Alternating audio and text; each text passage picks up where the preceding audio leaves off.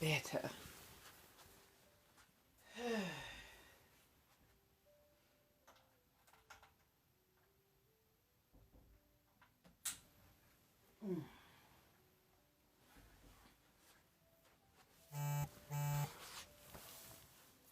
Hello, darlings. Oh, hello, hello. How is everyone?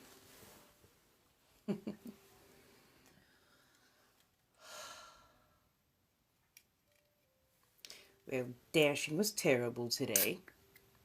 It just was. Oh, thank you, darling. Hello, hello. So I ended my dash a bit early. It was awful. It just, they're, they're using the same tactics as when I last quit. So that and the high winds today, pollen count must be through the roof. The backside of my throat feels like it's just being cheese grated, which is not fun. Low ball offers all across the board and just super slow. So I got very fidgety, very fidgety, and just hello, Sunny. How you doing, my dear? Hello, hello. Hey, Gregory. But I did, this is the upside, I was able to get registered for an online digital class to help me manage some of my websites, get it set up a little bit better so it runs better, so that I'm more visible to people who are visiting. So I got a lot of that squared away. I've got a bit more work to do. I'm going to be rearranging my room a little bit, so I've got a little bit more space to work in, a little bit better setup to shoot, and also so that I can dual stream. So I'm gonna be streaming this app for however long it's around, I guess, from my laptop, and then I'll be live streaming to a different place from my phone. That way we can start doing the transition over. Um, yeah, got a little bit of errands run today. Actually, got some stuff set up and scheduled out, so I don't have to worry about that for the next couple of days. Which, yay! Learning to use a calendar, learning to use scheduling, so much better, so much easier, so much nicer. Just yes. Hello, Playful. How are you doing, my dear? So I'm sorry if my voice is like gets super froggy suddenly, or if I'm talking a little bit quieter than normal.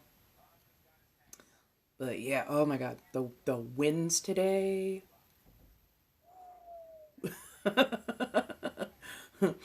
Yay, productivity. Fuck yeah. Fuck yeah. Wonderfully productive day. Actually got some studying done. Just so much better. That and my hair is still doing really nicely. Haven't had to touch my hair at all today because I used a little bit of beeswax, did the bonnet thing, didn't even really have to respray it. I was really careful how I laid and came out fantastic. Hey, ooh, yeah, yeah, yeah. So these happen to have been on sale at Mitsuwa today, and it's the sangria milk coffees. Usually they're like a little over $2 a piece. Got them for $1 a piece. So I was like, I'll be taking some of these home. Thank you. Today's definitely been a lot better. Oh, I also have my cards with me, so if people need, if you need tarot card readings, by all means, let me know. In fact, let me grab my little table to put right here so it can be front and center. Mmm. I also, right, Arizona. I fucking love Arizona. I also picked some Petite Fours up from the Torrance Bakery. They had the most lovely maple tea cakes. Oh my god. The maple tea cakes were absolutely fantastic. They had like whole bakery like bays, like the so much. They had cookies, they had cakes, they had pastries, just all kinds of stuff. Thank you. I appreciate it. Give me half a second to grab a little tabletop.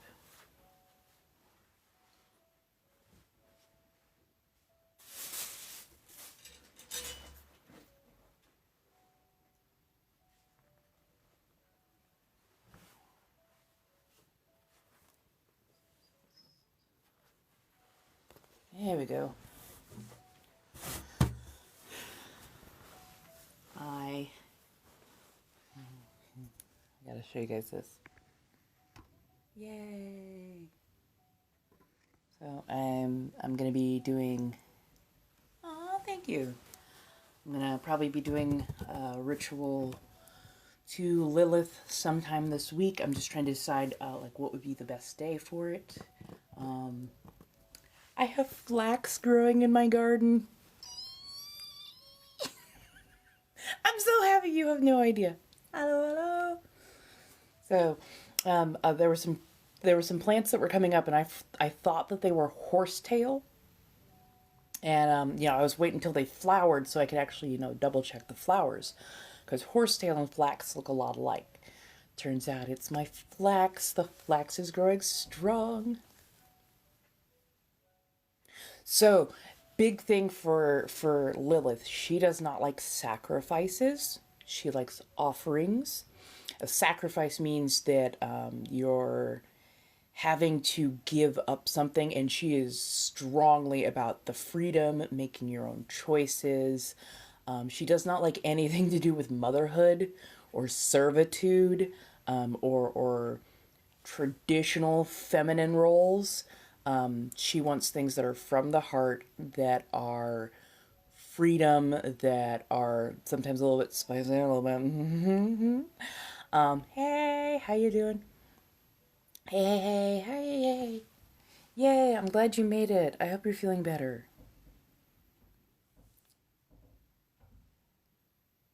Oh. I mean, sleeping could be good. You've also been exhausted for the last couple days, but yeah, definitely take that into account. Ah, yay. You made it around the sun again. Ooh. So there are big differences. Big differences. So Lilith, she was demonized. To say the least, she was demonized. She does exist across multiple Abrahamic faiths and mysticisms. I saw that, and you actually don't need to repeat yourself, which you keep doing. So if you're looking for a bigger reaction, I'm sorry, but I'm not a creator that necessarily does that. You survived, yay. And again, there doesn't need to be sharpness right now. My voice is just really fragged because of the wind. But yeah, like, you made it. Yes, absolutely.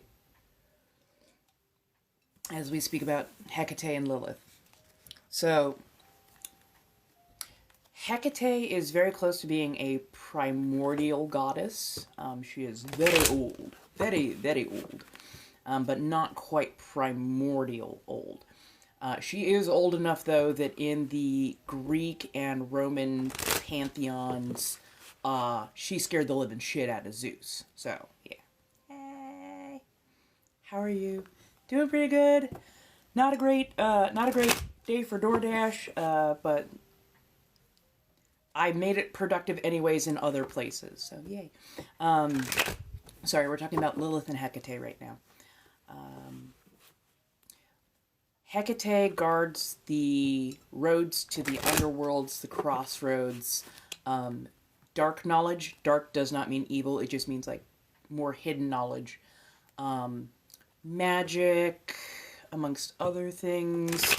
Her symbols, sigils, and familiars are crossroads, keys, torches, serpents, and serpents are slightly different than snakes, but both seem to be represented pretty equally for her, as well as black dogs or stray dogs.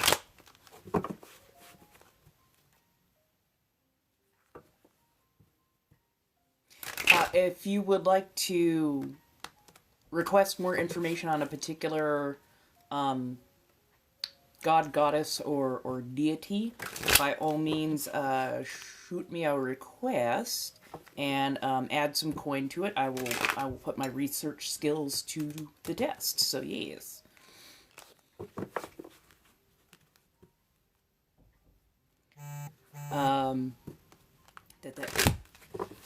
Lilith, on the other hand, was created at a time where she was supposed to be the first companion to Adam, and they were created at the same time from the same dust. So she was not beneath him, she was not subservient to him. She considered herself an equal. And when she was created, she very, very much was not about to bow to him. Like, oops, I'm sorry, I forgot to adjust my connection. No, we're good. Okay.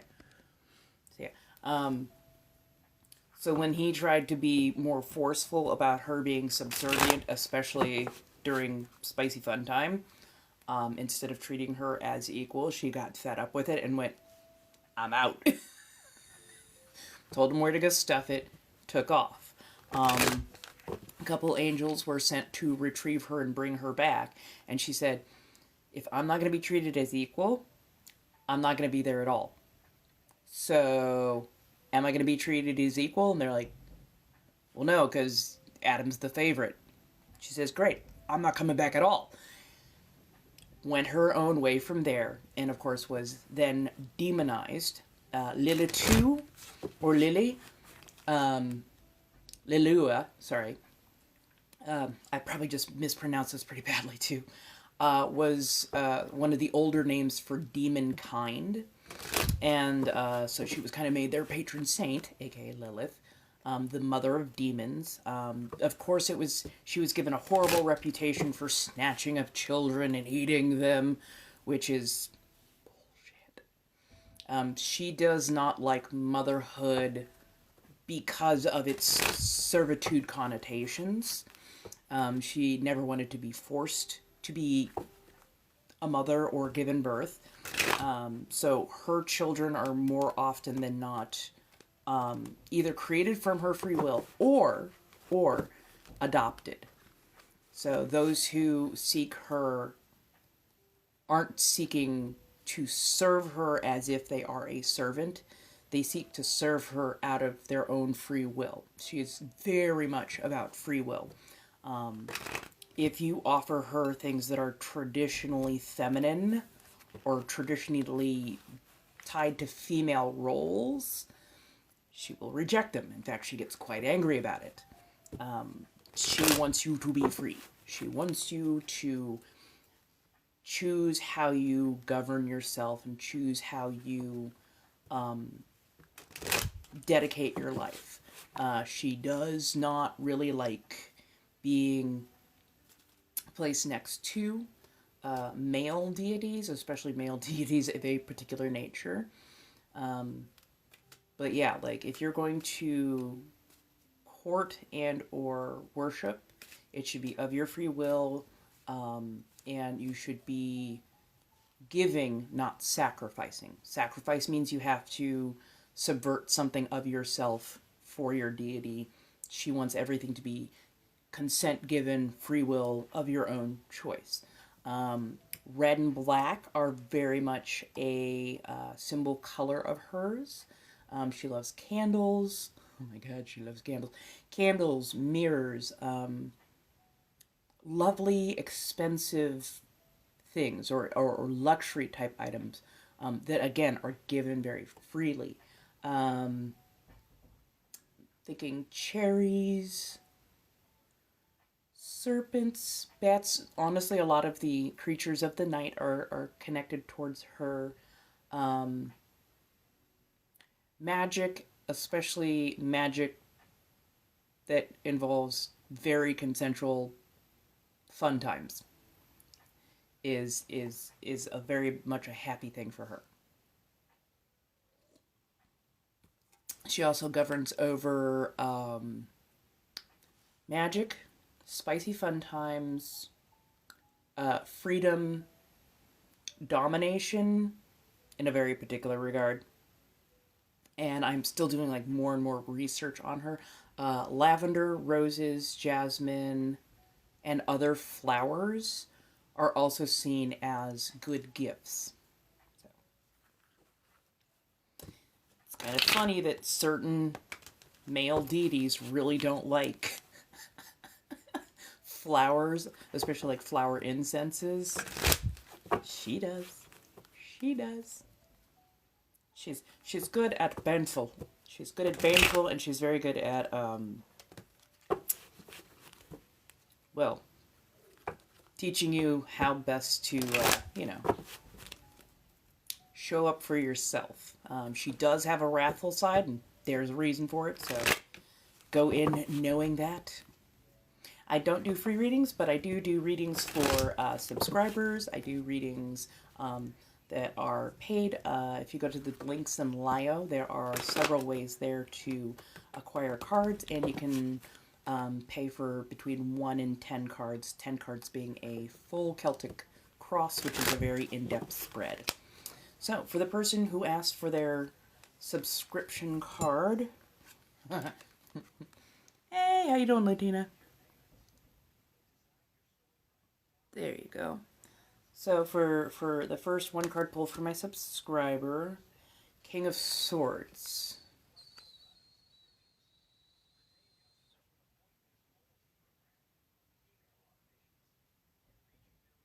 And suddenly I have a Gregorian choir in my head, of all things. So Swords is a card of communication. And this King of Swords is actually a person who thinks, who contemplates, who has higher knowledge.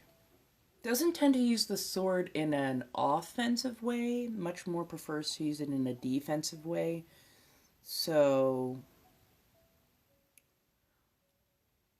especially for the next week or so while Mercury is in retrograde, make sure you're kind of adjusting your tone in a way that will deflect rather than create conflict. Only because right now it's really, really easy for communication to be misunderstood or not quite understood correctly. There's a lot of double entendre going around and people don't seem to understand how to read it. It feels like a very masculine figure will be helping to guide. Masculine doesn't always mean a man, but somebody who's a little bit more stoic, a little bit more reserved.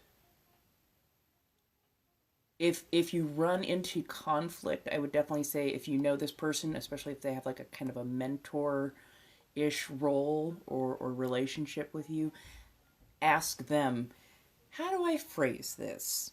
Give them the phrase or give them the concept that you're trying to get across to another person. How do I phrase this in a way that won't come off as me being a raging bitch about the subject?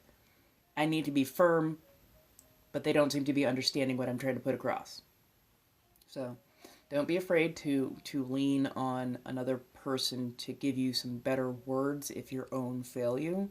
That is not a failing of your own. That is simply, you don't always have all the words. Sometimes you need somebody else's knowledge to help get your point across in a way that won't put you in dire straits with someone else. So, yeah. Okay, let's do another card pull for Latina. How you doing, my dear? I hope that helped. Let me know if there's anything going wobbly. I'm using my 5G, but right now the winds are, I think, bad enough apparently that they are messing with the cell towers as well. So I want to say that some of the wind bursts were getting over 60 some odd miles per hour. So yeah. Oh, good. Yay.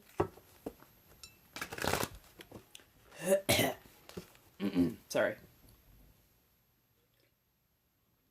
Oh, man. I love the wind. It is one of my absolute favorite elements between wind and storm. I'm a happy camper. But yeah, like sometimes the wind carries a little too much pollen. That is not helpful. Hello. Welcome. Come on in. I am feeling very they, them tonight. I know I've got on the bathery fangs and everything, but I'm feeling very they, them tonight. So it'd be absolutely lovely. You can call me beautiful, you can call me pretty, you can call me gorgeous. That's perfectly fine. If we can just avoid maybe like mother, queen, all that kind of stuff for tonight. My brain is processing it as a flat line. Just a what now? not as offensive. So don't worry if you have a little flubble here and there. It's okay.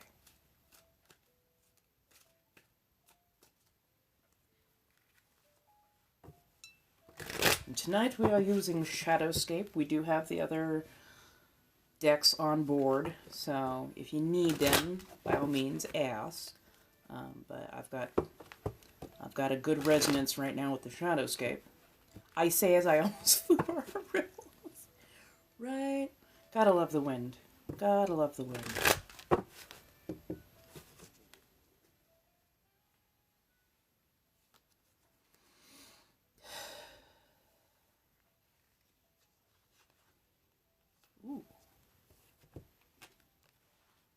8 of Wands. It's been a while since this one has come up. 8 of Wands is... it's very much like a ready, set, go.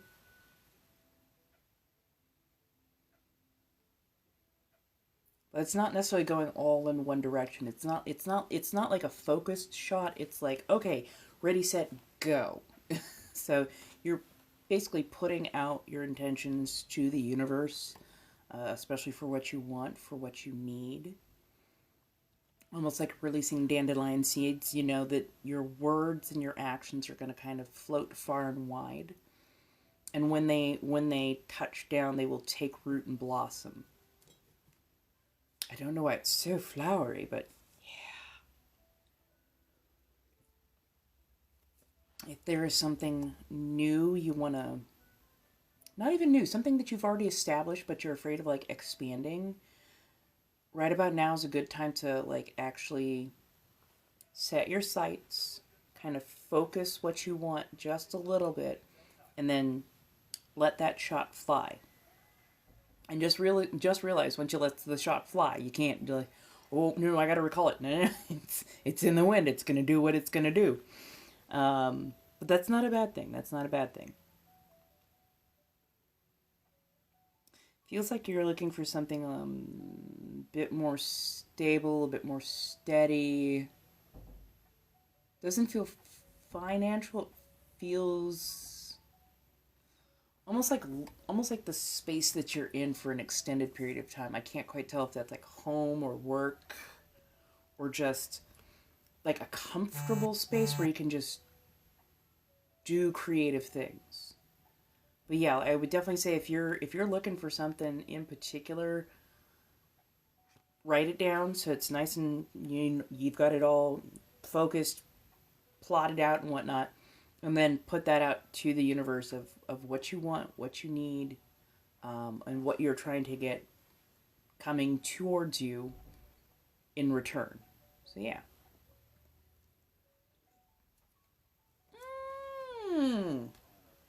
I love that.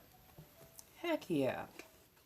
Get it all written down. That way you've got good focus and kind of go from there. Hi. Hello, hello. Hello, darlings. Come on in. Doing some tarot cards. Gonna have a little cake. Petite fours. Getting things squared away. I'm hoping by tomorrow, which is Wednesday, I will have custom requests up on Mayhem Marketplace for clothing, for art, and for tarot card. You're actually allowed to send messages back and forth, so I think that's how I'm going to end up doing it.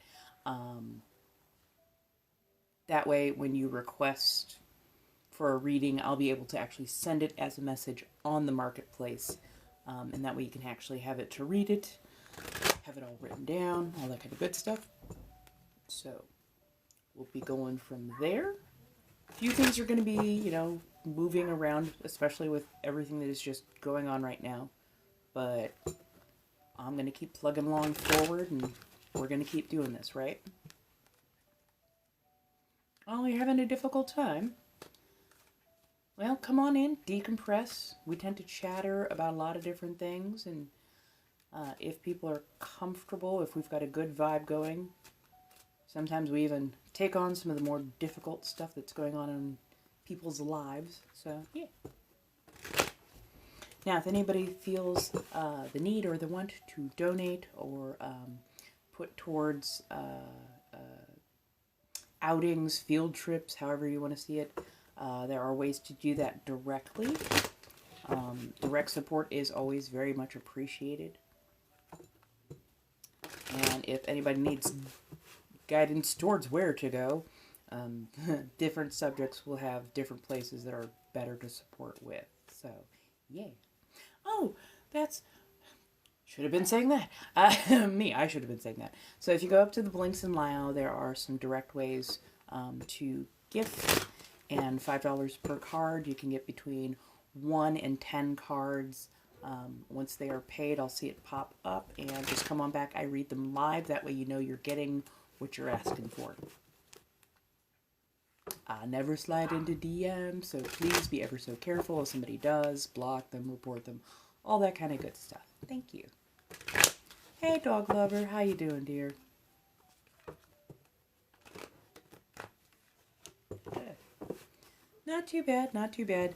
DoorDash was a little, but I put the rest of my afternoon to a very good use. Got things put up on schedule. Actually took a digital class to help me refine how I'm putting out content and whatnot. So hopefully little things here and there. It'd be really great if I could find some inexpensive, if not free, editing software that would put captions on everything and just help like clean up some of the look and feel, you know, add filters, that kind of stuff. But yeah, one thing at a time, one thing at a time. Hello, hello. Oh, apparently we have a flash goal that I was supposed to be looking at.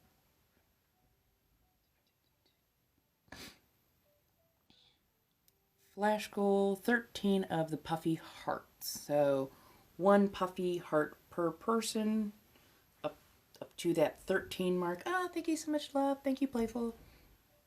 I appreciate that. Oh, yeah, it's sangria. Sangria is like a really, really good... Oh, thank you, Fitz. Thank you, Fish. I appreciate that. Yay. Sangria is a really good milk coffee. I really enjoy like some of the different flavors that they have. Thank you, Catrice. Their strawberry milk is also really good. Their tea milk, their royal tea milk is really, really good. I love them. and they've got a really nice, like, it's not like a giant, like a soda can worth is just a little too much when it comes to coffee. I actually prefer the slightly, smaller vessels. Cans. I don't know why I said vessels. If we get to 10K, I will do a card pull for the community. And if we get to 25K, I will do a party trick. So we have goals.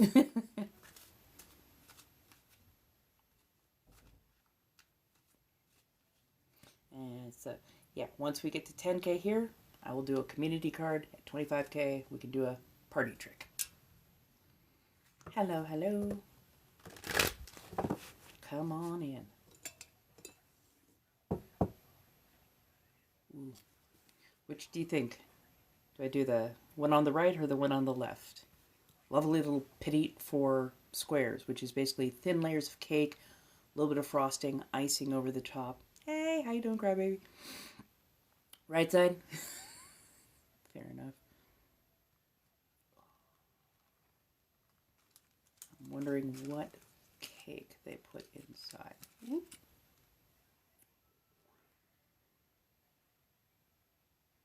So it looks like a white cake inside.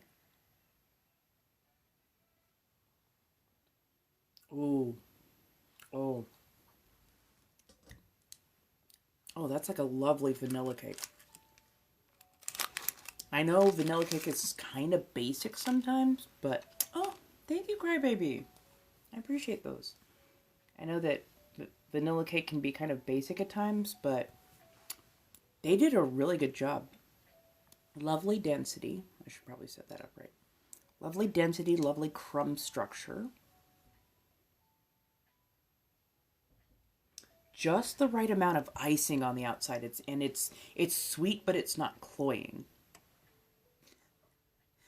You know, if they had a spice cake, I would have probably tried that as well. I have I have an unnatural dislike of carrot cake unless the carrot has been grated extra fine. It's about the texture. I grew up as an evangelical Christian.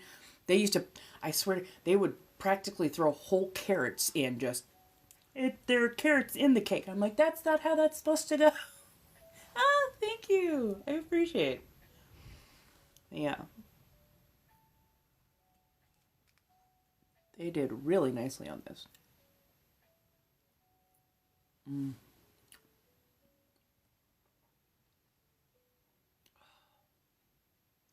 Oh, that is lovely. That is nothing like potluck carrot cake. Right? Right? And here's the thing. I love raisins, but between the thickly grated carrot, the not nearly enough spices, the addition of raisins, and the inch high worth of the cream cheese frosting, which was mostly Crisco shortening. Dude, those were not good cakes. Those were not, those potluck cakes were not good cakes. I decided I'm going to start dual streaming to ease the transition process. I'll try to be here about as often as I can, but I definitely do need to switch the platforms a bit. I'm going to be moving my room around just a touch so that I can actually dual stream a little bit more easily and maybe even do, Twitch streaming, favorited, all that kind of stuff. But I'm going to start streaming TikTok from my desktop and then using my phone for other streams. But yeah. So these are petite fours, aka little squares, little cakes, tea cakes basically. This is vanilla, and then the other one is chocolate, and I got it from I think it was called the Torrance Bakery. They had a lovely, lovely setup, absolutely gorgeous. Loved it to bits and pieces. Yes. So well, I'm going to be diversifying the stream. Um, it costs unfortunately $30 a month to use OBS to do a multi-stream, or else I'd be multi-streaming to what do you call it? To Twitch, YouTube. I'm still trying to get a stream key so I could do a dual with TikTok as well. So far they're being absolute dicks about it. But yeah, I'm gonna be definitely expanding, and I'm still working on figuring out how and where and when and why I'm going to be streaming on verified places. So yeah. Ooh, I love a good cheesecake. I really do love a good cheesecake. Mm, mm. That is actually a fantastic vanilla cake. And usually I find vanilla cake is just too plain because they don't put enough vanilla in it. This they actually put a really good amount in, and it's soft, it's aromatic. It's not like oh, this is fake vanilla, or oh, we scraped some vanilla bean in there and hoped for the best so you can see it but you can't really taste it. No, this is like really nice, soft, fragrant, aromatic, and it's lovely. No, funny enough, moist doesn't bother me at all. But I like sumptuous. I like moist can be like an overly wet cake, or a cake that has been like given a soak, and there's no soak to this. There's just, it's soft. It has a really nice crumble to it. It is just absolutely gorgeously made from Torrance Bakery. Mm. It is. Oh, scrumptious. Scrumptious is a good word. And I'm liking the icing. It's not overly strong, it's not overly sweet. It's like just the right ratio of just that little nice thin layer of icing so you get a little bit of sweetness with it.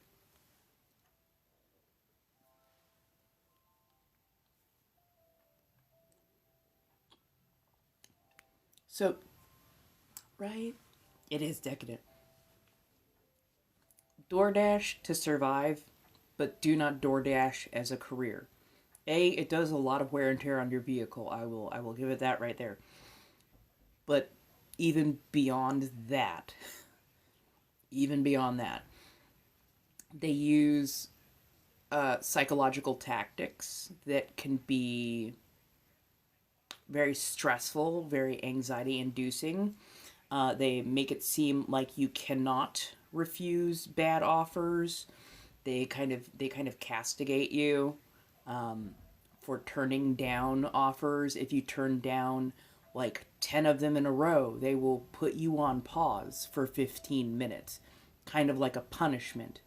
But here's my whole thing is if you're offering me $2, $3, $4 per drive and you want me to go like 10 miles, no. No, I'm not driving that far because A, that's just gas money at that point. And B, you're not valuing my time because each delivery takes like I'm going to say bare minimum 20 minutes worth of your time. So, you want to pay me $4 for 20 minutes of my time. Even if I'm getting back to back to back deliveries, if I'm getting 4 of those at a pop, that means I'm getting paid $12 an hour. How many miles am I driving? How much gas am I using? How much wear and tear am I putting on my vehicle? And you want me to use my own vehicle when you're not paying for my insurance, my gas, my maintenance, nothing like that. That money's getting poured right back in the car. It's not actually making me enough money to survive on. So, like this is a very short-term solution for me. Mm-hmm. Exactly. Bigger car means absolutely not. I'm lucky that I have a hybrid. It's an old hybrid at that though, and there sometimes I have some battery issues. But yeah, it is what it is. I'm never gonna lie to somebody and go, oh no, it's the absolute best. I'm like, it's hard work. It can be a real pain in the ass. You definitely gotta stand up for yourself while also maintaining a good attitude with the customers. I was raised in retail and customer service, so mm.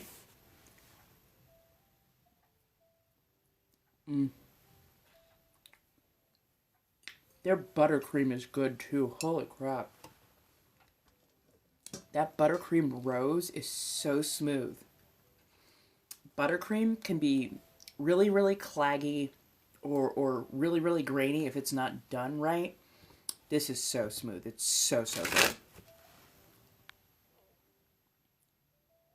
Yes, exactly. And on top of that, like they charge y'all a bunch of fees. They also charge the restaurant like 30% to so like if you order something for $30 from a restaurant, they're charging that restaurant another $10 worth of fees. So, yeah, like it's they like to double dip a lot and they consider you an independent worker, not like you can set your price or uh, uh, find your own, contracts or anything. But yeah, sort of yes and sort of no.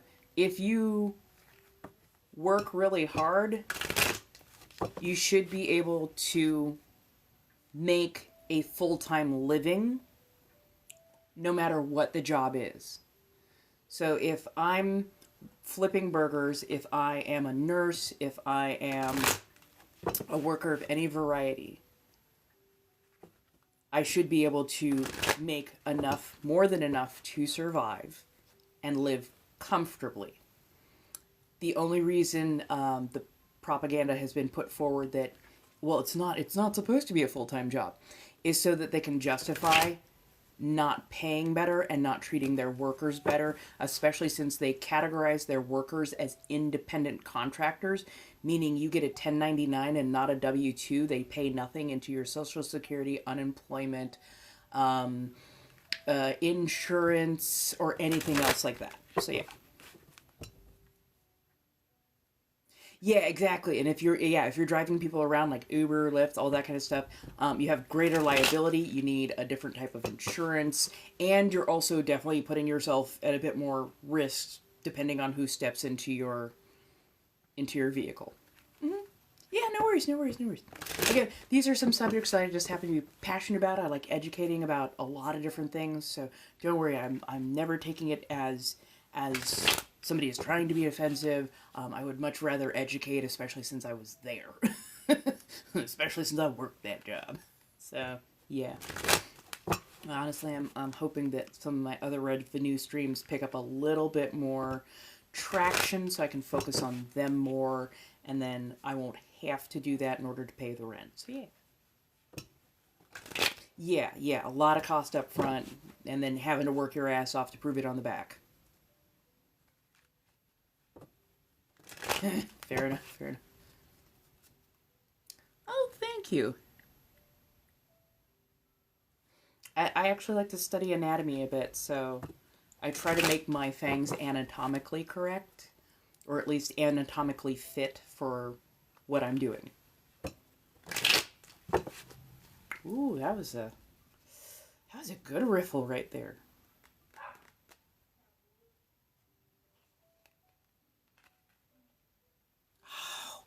I love this. This card has just been so fantastic. Nope, they're caps, and they go onto my dentures, so they can pop off. Um, I would love to actually be able to make a mold someday so that I could just make fangs on the fly, but do it as a type of bridge for them instead. Yeah. The Six of Cups. I love that this card has been coming up so much lately. I've seen this like being pulled by other people, but also I've pulled this a number of times in the last couple of days. So the Six of Cups is, it's not a card of, oh, somebody's coming back to see you. No, the Six of Cups is just a quite often a return to something that makes you happy. Something that brings up that feeling of joy that you used to have. That's why it's sometimes seen as a card of nostalgia or a card of returning to childhood. More often than not, it is meant to be a card that that asks you to go back and start doing something that you love, that brings you joy, that really makes your heart happy. Ooh, medical courier. I gotta write that down. Somebody remind me of that. Somebody remind me of that. Mm-hmm. I know that I think I pulled it at least twice on stream. So yeah, I love the fact that I'm still gonna be walking or transitioning away from TikTok. I've noticed it's getting kind of toxic around here, and it's getting harder to even just say anything. I've lost several comments today that were perfectly legal, perfectly fine, maybe mildly sharp in tone, but not insulting. So yeah, it's only getting worse around here. So I need to slowly make that transition, and I'm hoping that you'll migrate with, come through by all means. But I understand if people are like, yeah, no, I don't really like to do that. I was okay. I'd like to expand my audience anyways. I love y'all. I do love y'all. There's 20,000 of y'all, including my haters, including my copies on here. But I know that there are other audiences out there, and I'd really like to kind of meet them as well, especially when I am expanding and growing myself in a lot of different ways. I'm trying to decide whether I want to try and afford to do a multi-stream using OBS. That way I can do Twitch and YouTube, possibly get TikTok integrated with that as well. And I'm also trying out Favorited. I want to find a platform where I can still get my live streams and then be able to post those up on YouTube and whatnot. Long-term goal, by next year, I'd love to be able to hire an editor to actually be able to take my live streams, edit them into like 1 or 2 hour, um, clips and whatnot, and then that way people could like listen, relax, just have it as a background noise, that kind of thing. I will always try to be educational and fun in that particular way. I love reading cards, absolutely. But yeah, like I want to be a place where people can decompress a little bit, but also have a whole lot more fun. And I need platforms that are slightly less strict than TikTok is because it's getting toxic around here with how badly they treat certain creators, and I am definitely in the category of certain creators. So yeah, thank you, dear. I know. So yeah, but yes, like the card says, go back to something that gives you joy. Go back to something that really gives you happiness. I think the card is also speaking to me. I'm like, oh yeah. Well, I hope you come along with me. I hope you come along for the ride.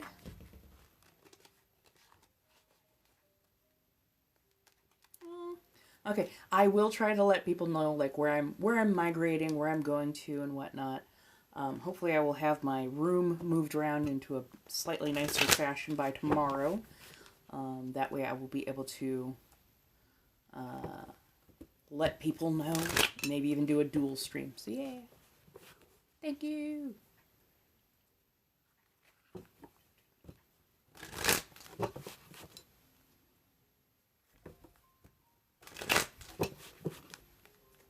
So Blinks and Lio, if anybody needs a card read, good time to do it, especially the weather going on as it is. Yay! I saw that. I did see that. Yay! I appreciate that, by the way. So yeah, over on Favorited, I would need a certain amount of hours, a certain amount of gifting, and a certain amount of followers, and then they will consider me verified.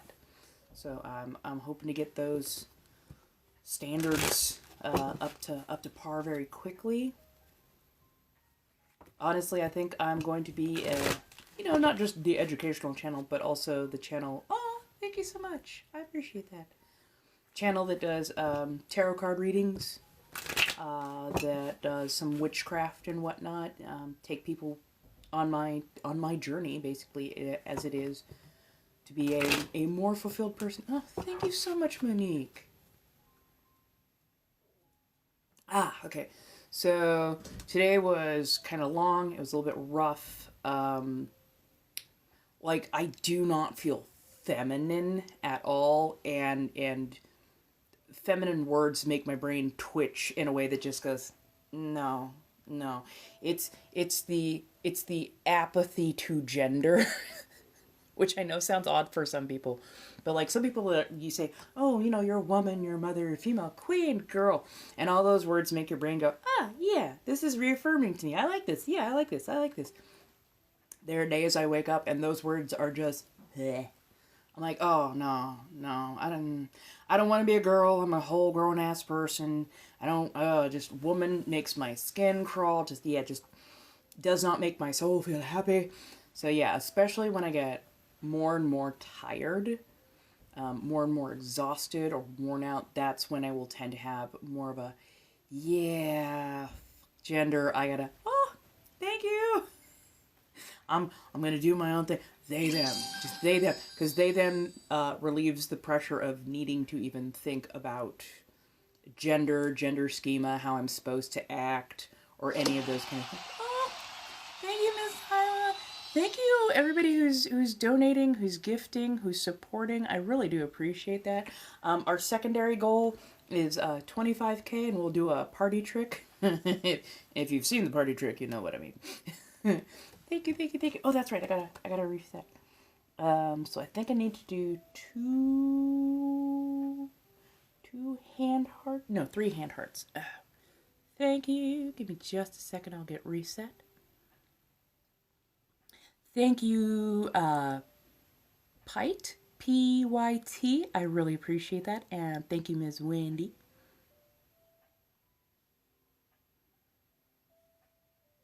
I read partial names, not the full names, just because I don't need everybody hounding y'all.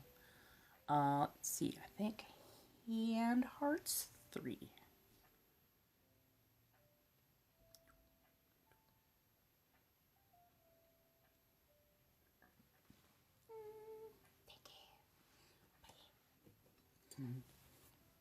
I've been a little. Oh, thank you.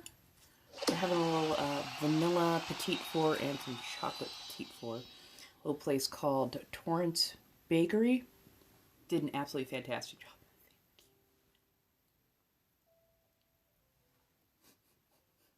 Have to get past the thing. That icing is so smooth. So deliciously smooth. And just the right amount of sweet. They definitely know their stuff. Some places, they're good. They're small. They're a community thing. But sometimes, that icing is just, not for me. This, absolutely delightful.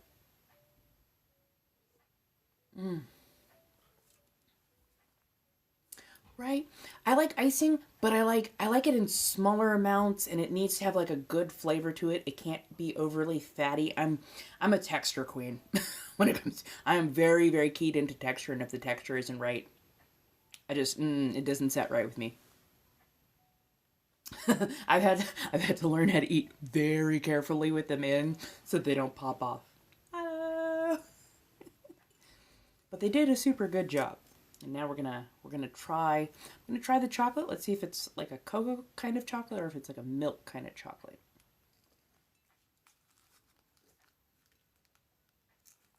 Oh, oh, oh, that's gorgeous.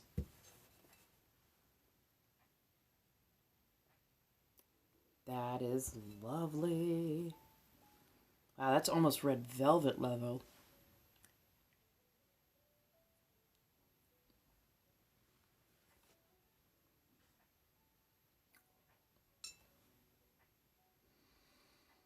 Oh, that's good. That is like a cocoa dark chocolate. That is rich, gently sweet, mild bitter. That is just absolutely gorgeous throughout.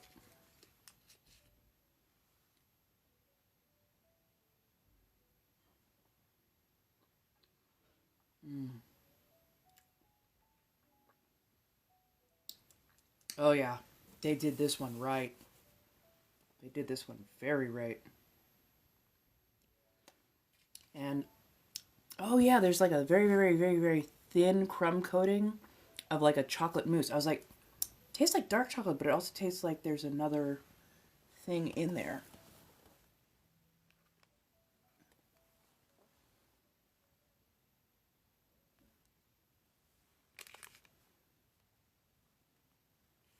Pardon, I just saw. Oh.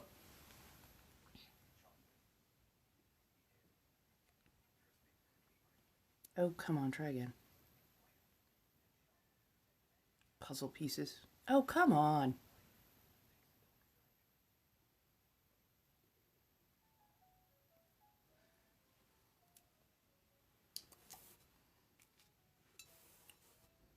They did such a good job.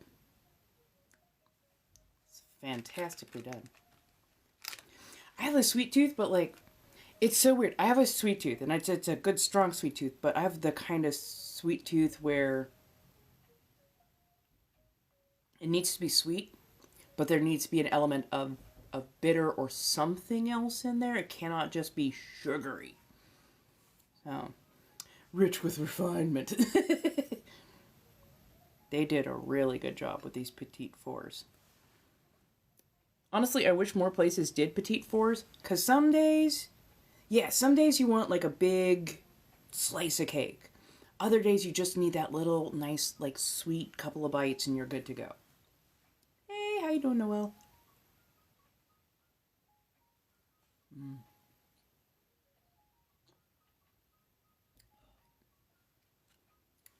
Mm-hmm. They did good. They did super good. Mm.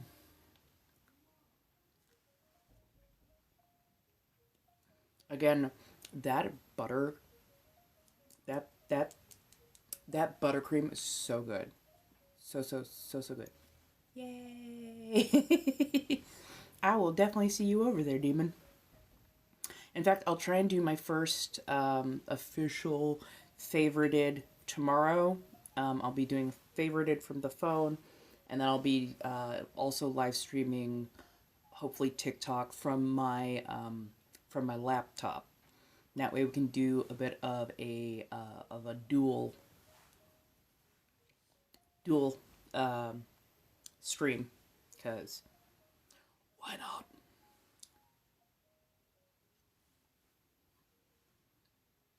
Mm. Oh my god, this is so good.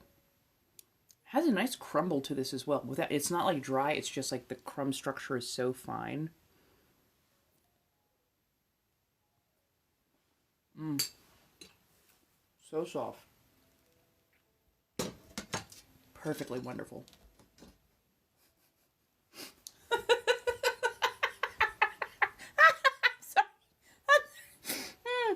I'm sorry. It's been a while since I've been called wholesome. I forget. I am a Gemini. I come across as very wholesome, but I also have that very other side as well. Um,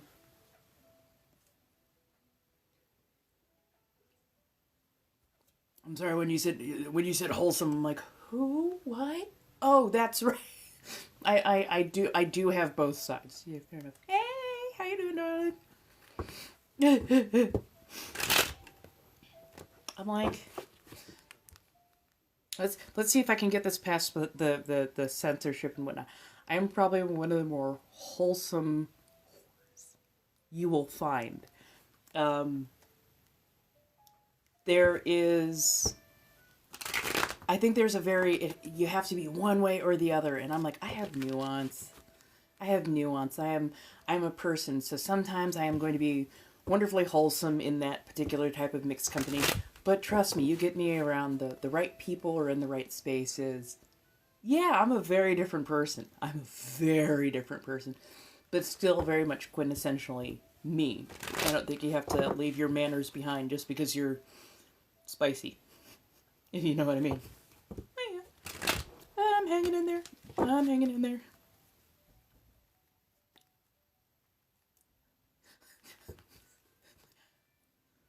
I was gonna say same book, different chapter, but you know I like your way better. Yeah.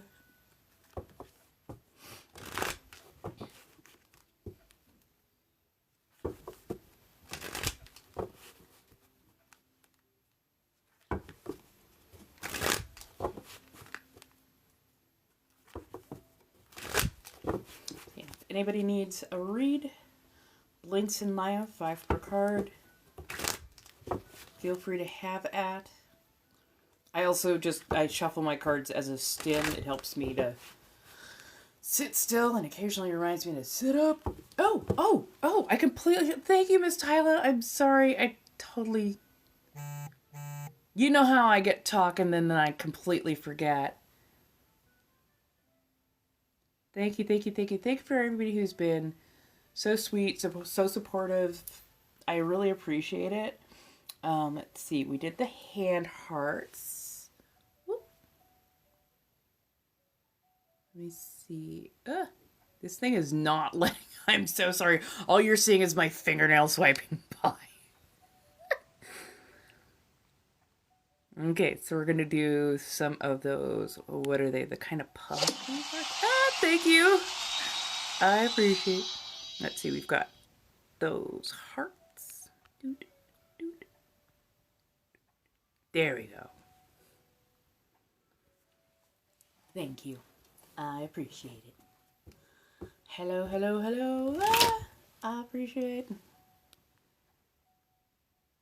Thank you, Voiceless. How's everybody doing tonight? Honestly, I'll tell you right now, if I can consistently bring in like $100 per night doing tarot card readings going forward, I will stop doing DoorDash. I know that will still be a very,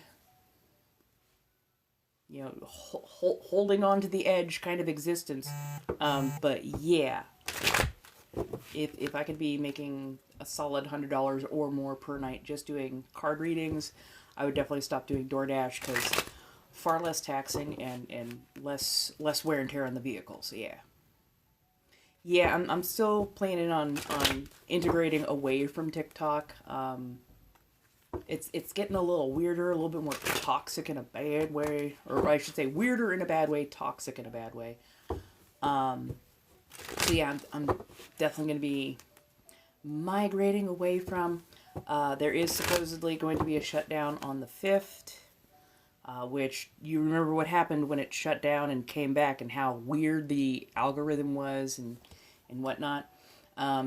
Apparently also TikTok, for people who are in the creator fund and whatnot, TikTok is following creators to their other platforms and using how and what they do on other platforms to have reasons to deduct following and money and funding and whatnot, and to like shadow ban or bury them. So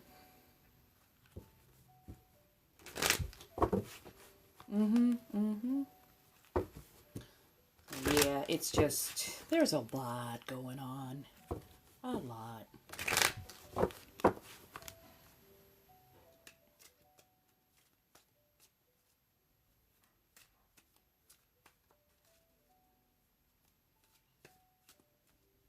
Hello, hello.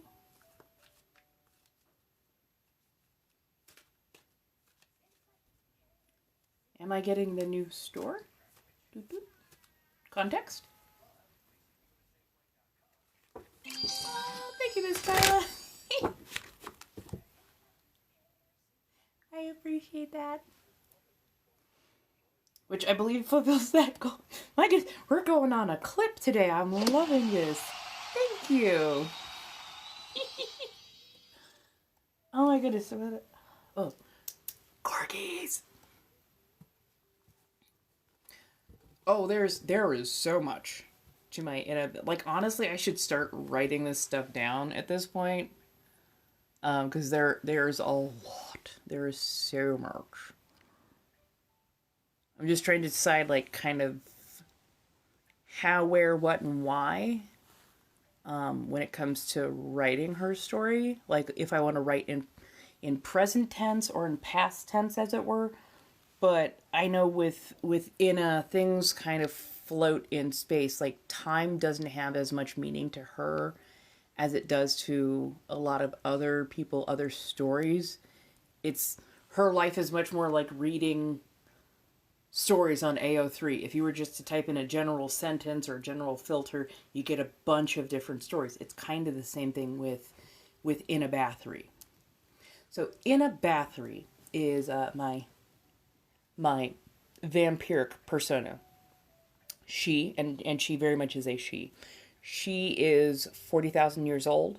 When she was still living, she was the daughter to an empress, one of the first empresses of what we would consider a society as a larger, overall. So, like, we're talking kingdom. She happens to have two fathers. They are twins. They are also vampiric.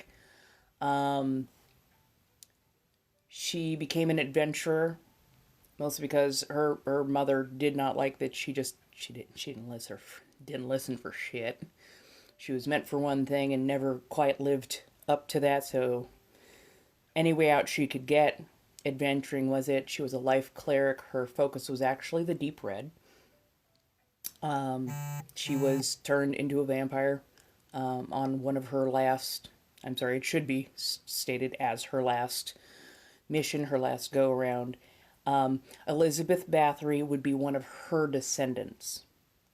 Deeply descended, like, you know, that one drop kind of thing, but yeah, deeply descended. But yeah, the last name of Bathory has gone through several iterations, much like how words change over time. Like Hathor was not originally Hathor. Hathor is just how we pronounce that name now. Isis wasn't originally Isis. That's just how we pronounce it now. So like there's been an etymology development since way back when. But yes, Bathory is how you say it now.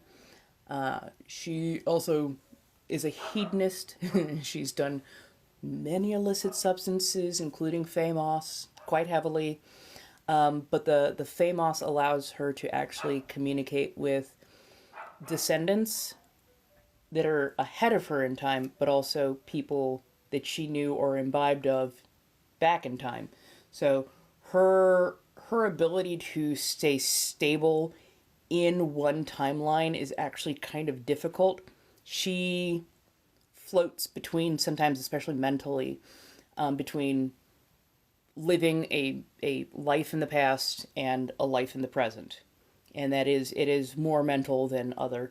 There's so much more that I want to say, but I'm like, we're keeping that under wraps for a little bit. Thank you.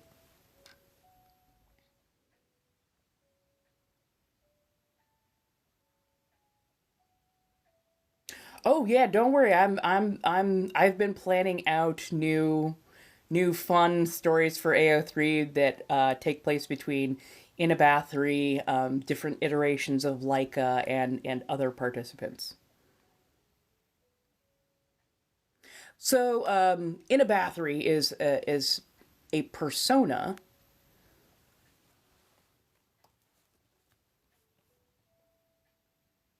Inna, just her name, just Inna, is her as a person.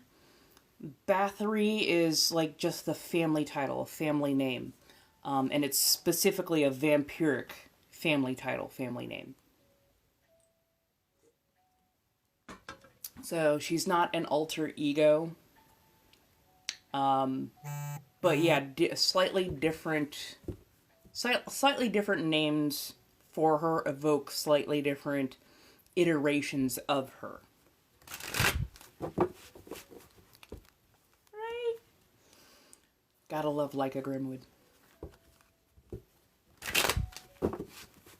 Yes, yes. So when I got the fangs on and I have on that really posh, thick accent and whatnot, that is me being not always necessarily in a Bathory. In a Bathory is more of a title, but Inna as a person, yes. Hello. I absolutely adore Leica Grimwood.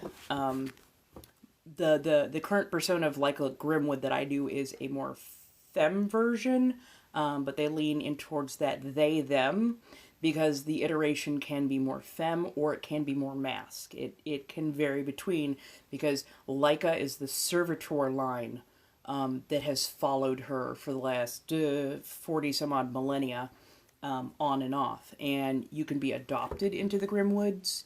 You can be born into the Grimwoods. You can there's many ways to be a Leica, and no presentation of said Leica gender-wise is wrong. So yeah. I'm doing good, but I'm definitely not a lady today. Definitely not a lady today.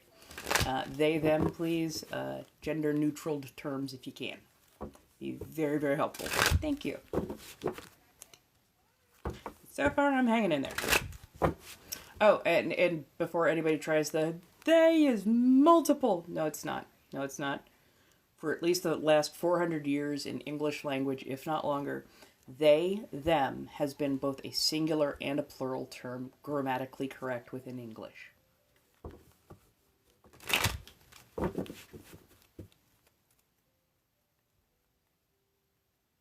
So Inna is not my given government name. Inna is the name of the persona. So Inna Bathory. Inna Bathory actually originated with the Big Fat Socialist and his immersion breakers.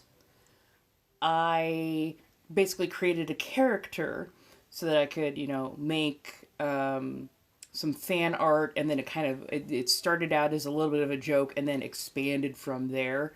Um, so yeah, I was like, oh, here, let me make some fan art for you. And, editor in chief in a battery, because, and I was just having some fun with it.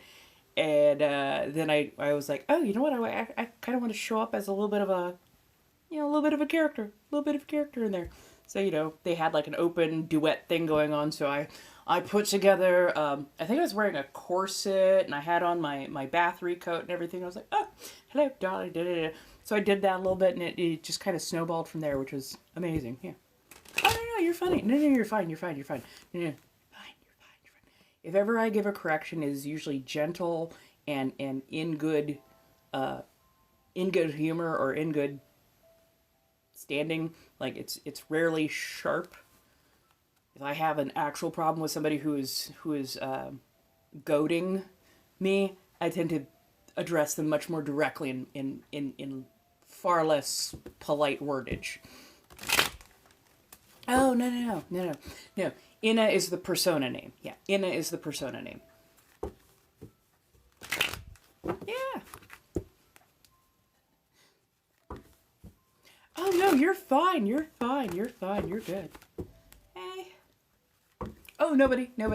I was just, I was misgendered slightly, but like, not in a way that makes me uncomfortable. I just felt like we're gonna drop this little piece of knowledge right there and then. That way we can avoid a repetition of it. We're all good. Thank you. See, that new PFP is a very good representation of Inna Bathory. That is how she is very, very comfortable. Yeah. Thank you, darling. Yes.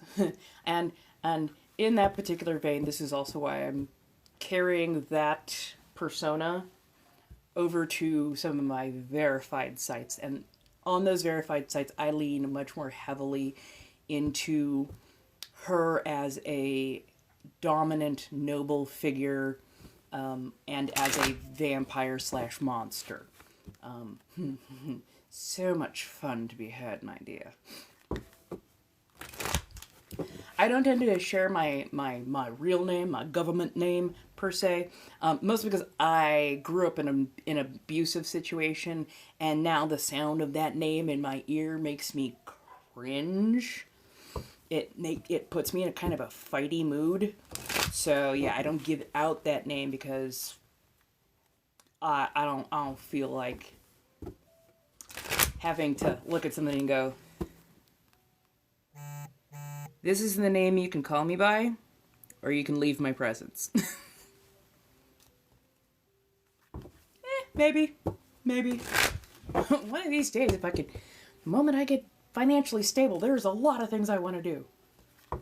Changing my name was very, very well be in there, but it's like, some places it can be like $1,500 just to get your name changed, because you have to like post up what your legal name was, what you're changing it to. You have to like put it out in a newspaper or some sort of publication. It's a big old huge rigmarole. Yeah, I'm definitely not that person anymore, because that person for that particular name, that person was the person that my parents abused. That person was the person that my parents controlled. And I have moved so far away from who I was as that person even 8 years ago. And it's been a hard 8 years and a whole lot of healing, but yeah. Oh, I'm sorry, darling. I haven't seen anything you've been saying. I think you got filtered. Ah, I'm so sorry. Well, that's when you put your foot down and you go, no. This is the name I'd like to be called by. This is the name I prefer. That is the name you are going to call me by. Or I can just not be in your presence anymore. You make the choice.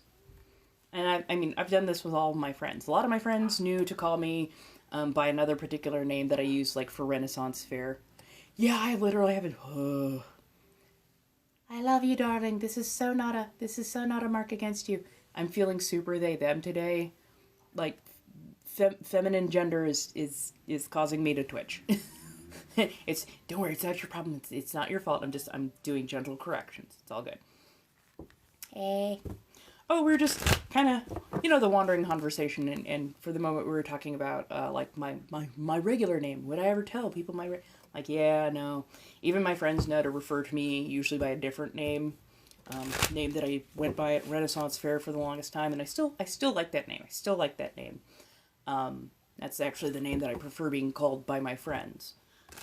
But yeah, like, there's also the matter of this is a parasocial relationship. So I'm trying to keep some amount of, I guess, not quite professionalism. That's not quite the right word that I'm looking for.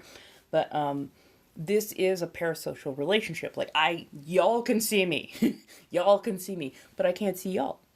So, and we haven't spent, good one-on-one time together to have, created a friendship. So you know me from a section of my life and a section of what I show you. Gabriella, this one's going to sound a little bit more sharp. When I tell you I'm having an issue with certain gendered words today, and I give you a gentle correction and ask you to maybe use some different wordings, you don't get to decide that what I said was not valid. It's even in the title, like they, them, and T. So yeah, I get that you consider me mother, but if you didn't notice, it was causing my brain to do a little bit of a twitch, and I expect you to either respect that or say nothing. Thanks.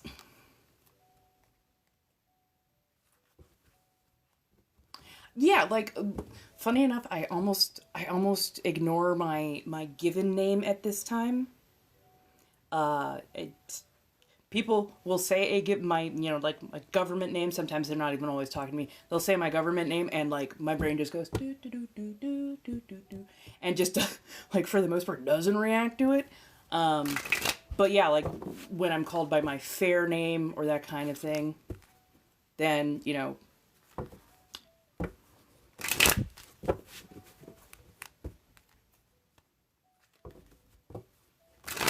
exactly. Thank you, Playful.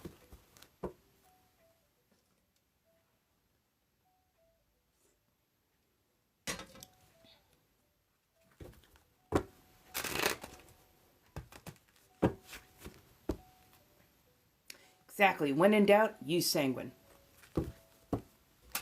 Oh, I'm sorry. I forget sometimes people. So sanguine rhymes with penguin. Happens to be a mnemonic, but yeah.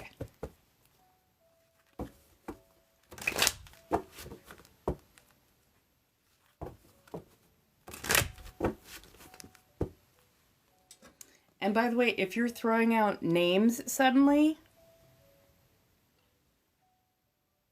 I can only assume that you're trying to troll at that point. So I'm wondering why you're trying to throw names out there to figure out what my government name is. Seems kind of rude, right? Seems like a thing that a person wouldn't do.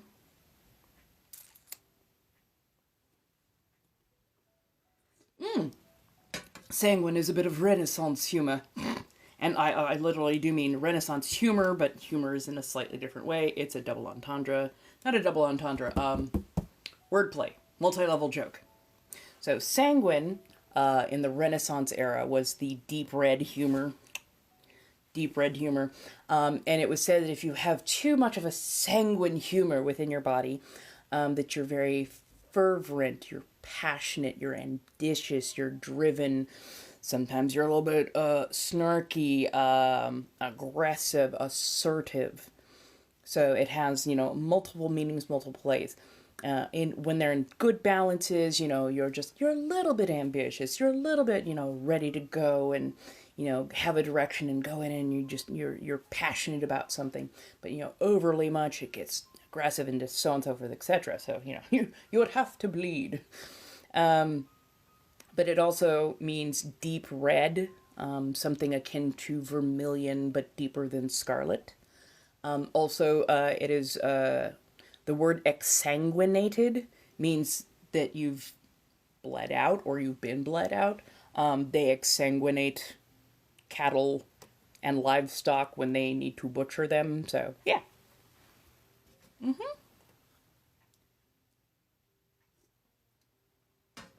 It was a day. It was a day, but it was a productive day. It was a good day. It was a productive day. So, yeah.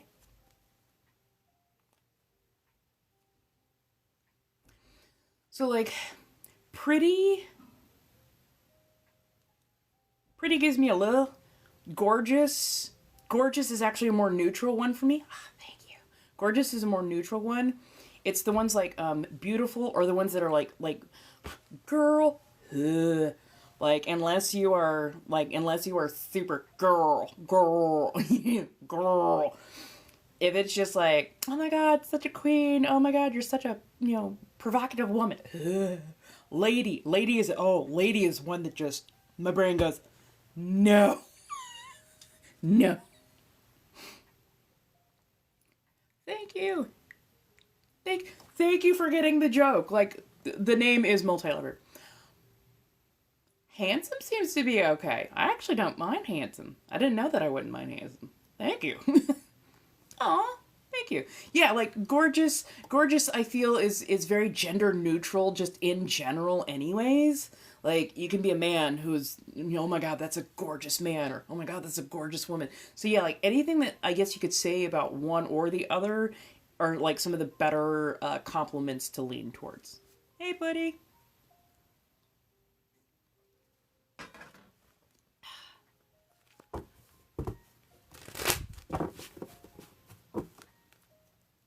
Aw. I do my best. Oh, I forgot. I didn't realize goals had been accomplished. Thank you, by the way, for everybody who's been gifting, donating. Oh my god, y'all have been absolutely fantastic. Thank you, Miss Ty. Of course, it's Miss Ty. Thank you. I appreciate this on so many levels. I really do. Now, if anybody needs tarot cards read, Blinks and Lio, $5 per card.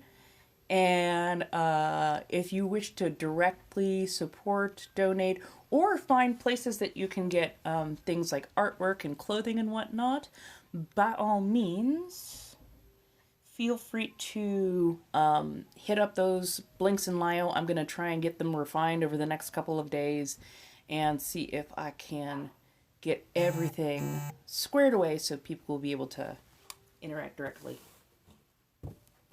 That one works, yeah. Slay is totally okay. Oh no.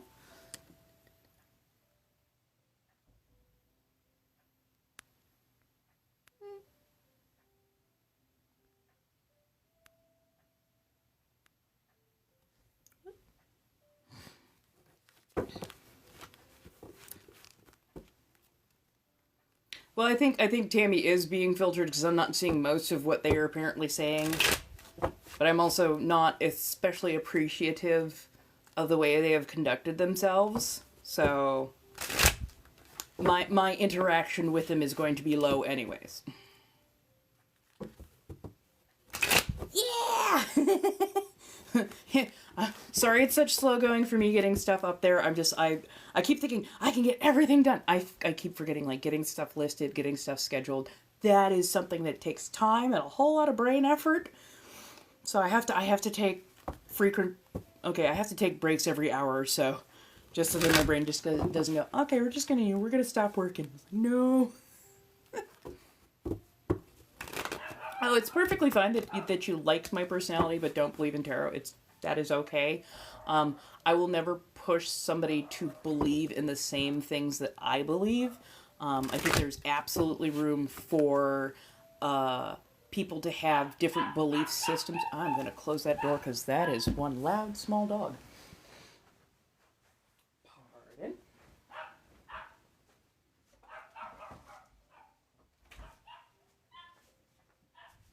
So yeah, I mean, I was raised, just as an example, I was raised evangelical Christian.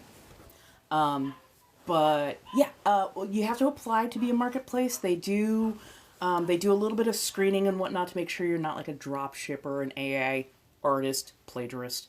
So yeah, but anybody can sign up, and they usually get back to you in pretty short order.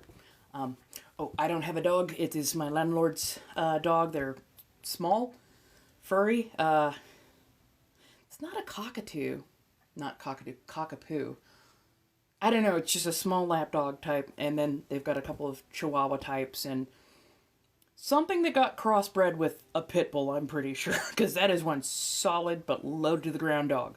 But yeah, sorry. Belief systems. So yeah, I was raised evangelical Christian for about the first 20 years of my life, and trust me, I prayed very, very hard, but never heard anything. Never heard anything back. Do it. Definitely do it. They need more artists. They need more people over there. I'd say, do it. Do it. Definitely do it. But yeah, when I left Christianity, I did so after I'd walked into basically a metaphysical store, and it felt like I was taking a fresh breath of air for the first time in my life. And when I spoke, I actually felt something back. So I was like, this is the direction I need to go. And yeah, I'm not a huge fan of organized religion, but I am a huge fan of celebrating what you believe in, how you believe in it, especially with yourself. But I don't require that everybody, I'm a practicing witch. I've been a practicing witch for 25 years. I don't require people to worship how I worship or do what I do. I just expect people to, have common courtesies, as it were. So yeah, if somebody doesn't believe in pendulums or doesn't believe in witchcraft or crystals or candle magic or this, that, and the third, that's totally fine, because that doesn't need to be their expression of belief. It just is mine. So yeah. Oh no, I'm definitely not an atheist. I'm definitely not an atheist. I believe that there are higher powers. I believe that there are deities, especially on a conceptual level. I don't think that religion or worship of any variety should ever be expected out of everyone. And it is not a bad thing to be skeptical, because honestly, Christianity taught me skepticism. In Christianity, and trust me, I studied that book. I was handed a full-fledged Bible at 8 years old.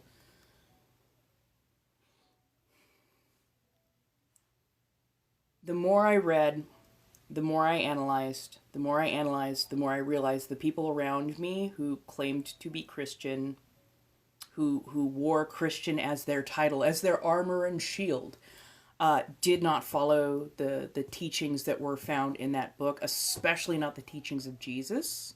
A lot of them followed the Old Testament and much more connected with the old, jealous, wrathful, violent God, and very, very, very much did not mesh or try and embody the kind, forgiving, merciful God.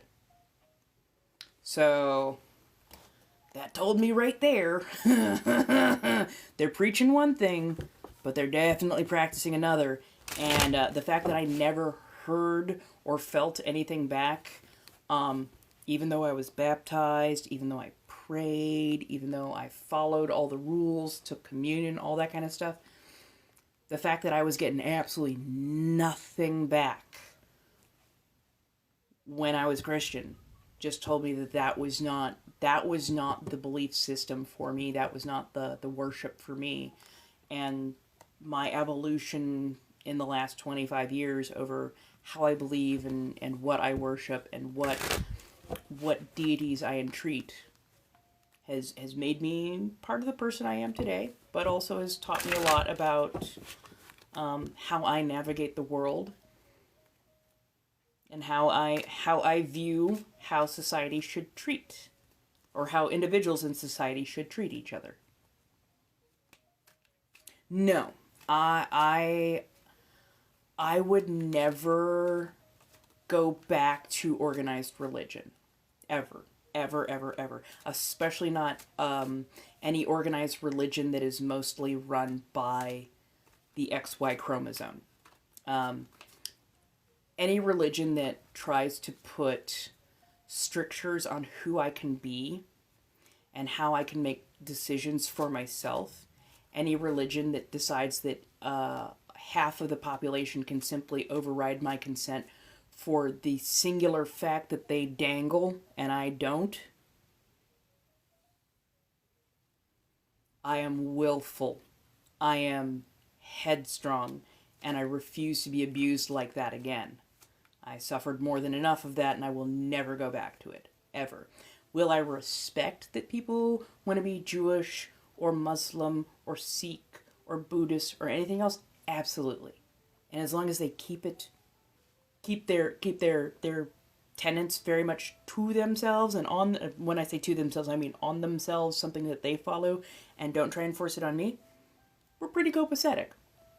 The moment you try and enforce it on me, oh no, no. You're E for everyone. E for everyone.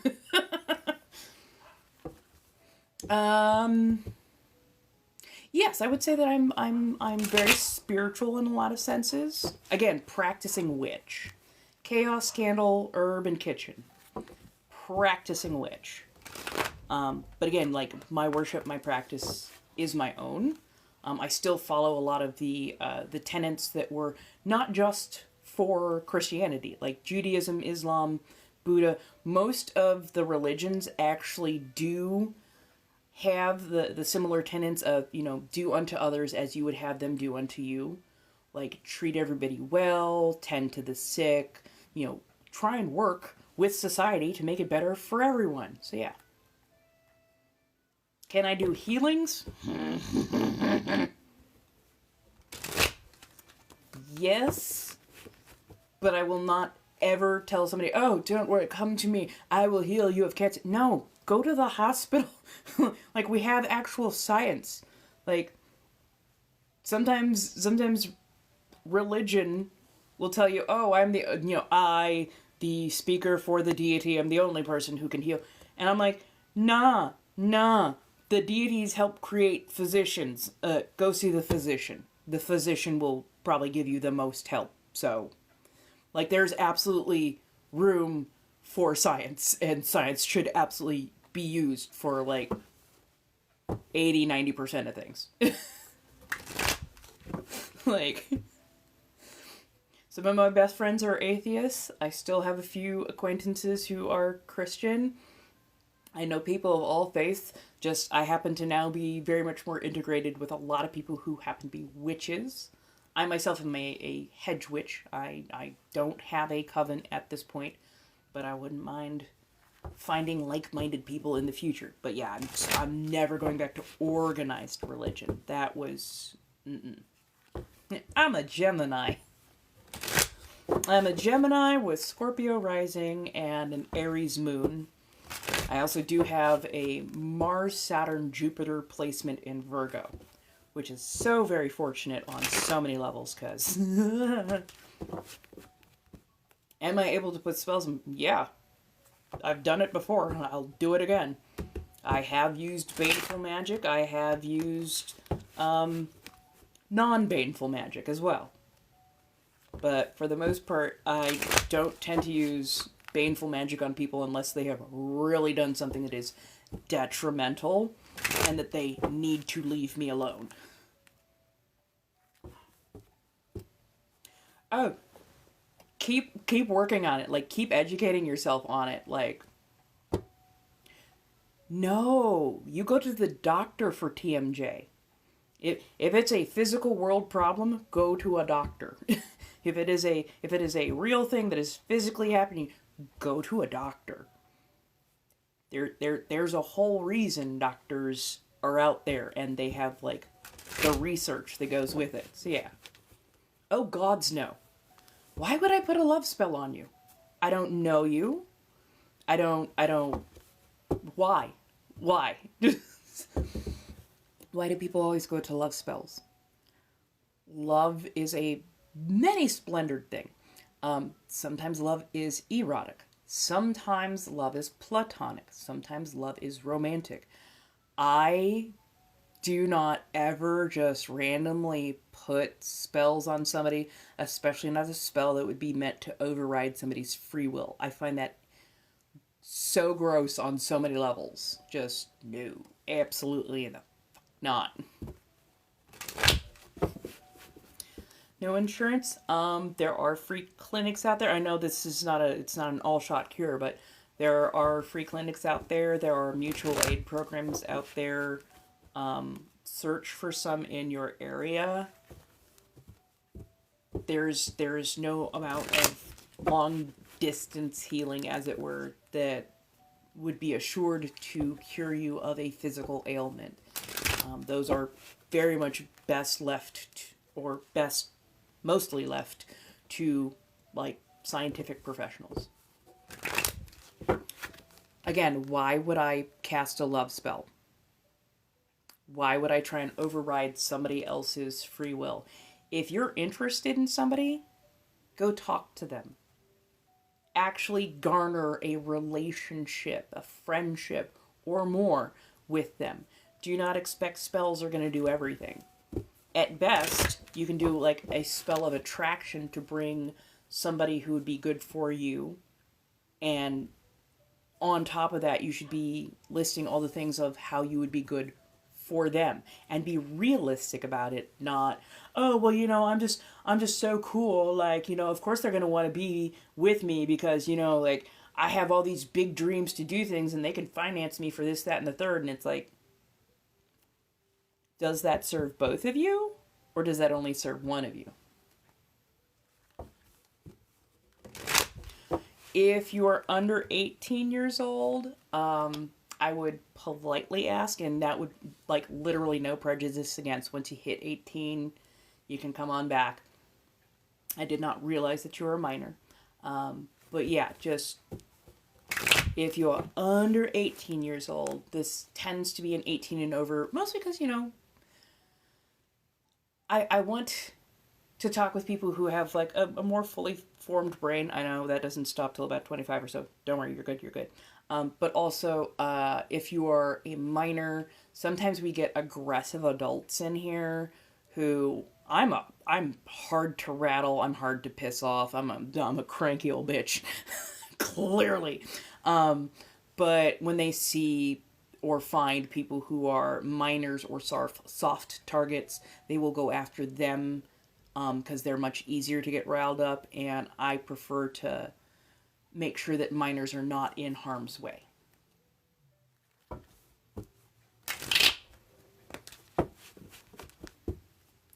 thank you so much, darling. I really do appreciate you respecting that.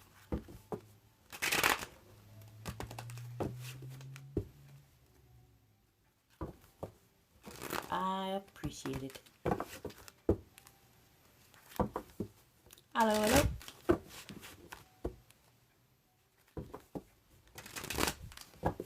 Yes, around here, it's easier for me to speak with adults. They understand a lot of the concepts that I'm using, but also B, very much for minor safety. Yeah, no, you're fine. You're fine. Honestly, I appreciate it. They were so respectful that I was just like, they seem to be young and curious, but I didn't know if it was like young or just young. So thank you for letting them gently and kindly know, and thank you for giving me the time to actually explain that. So yeah, no harm, no foul. Well, because most of the time, the youth, oh, that just feels like I aged myself in a weird way. Most of the time, youth don't need people yelling at them. They already get enough of that shit as it is. They just need somebody to gently explain why.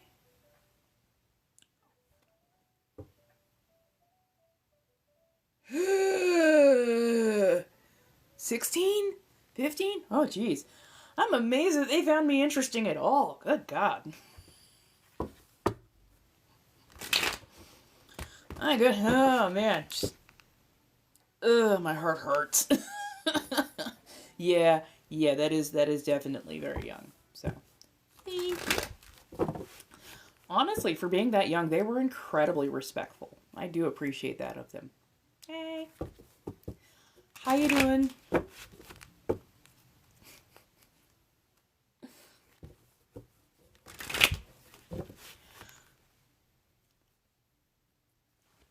I don't worry. This is information, not a trauma dump. I never wanted kids. Never. I'm not a big fan of kids. I mind them less as they get into the teenage years because then they got a little bit more common sense and they can understand consequences. Hey, Robbie. Um, but yeah, like I never wanted kids, but I also grew up in an abusive household, so I know the other side of it, of how poorly kids tend to get treated, and I cannot abide by honestly anybody getting bullied or hammered on just because they're smaller, they're weaker, they're younger. That does not fly well with me. And again, that it leads back to the tenets of how I've always kind of lived my life, a lot of how I was taught, how I was raised, not just through Christianity, but through a lot of the media and propaganda that, was given to us, like, heroes are people who stand up for what's right because it's right, not because they're expecting compliments about it. So, yeah, it's just how I live. That's just how it goes. Oh, don't worry. We've had some unhinged girls in here as well. So, yeah. Mm. Oh, yay! I am so glad you haven't had vertigo for a couple of weeks. That is lovely.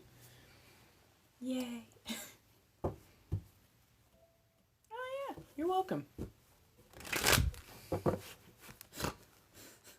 No, I'm not. No. Eh, eh, eh. I'm trying to take a compliment. I'm trying to take a compliment. I suck at taking compliments. Hey, B.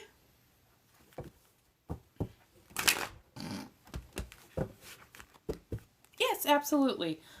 Blinks are in Lio. Blinks are in Lio. $5 per card. You can get between 1 and 10.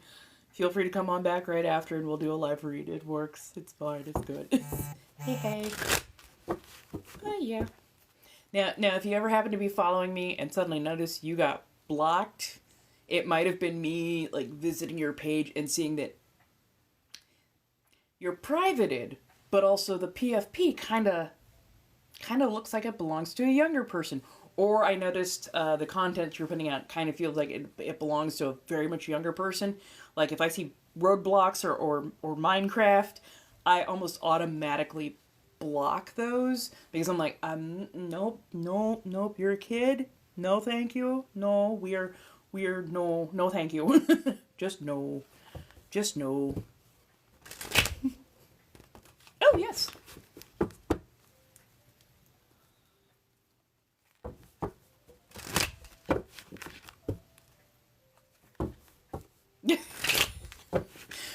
There's a reason I grew up my villain era gray. I'm like, people need to know. Because, like, my face, especially before I got my, like, teeth fully taken out, oh my god, I saw some of my old videos.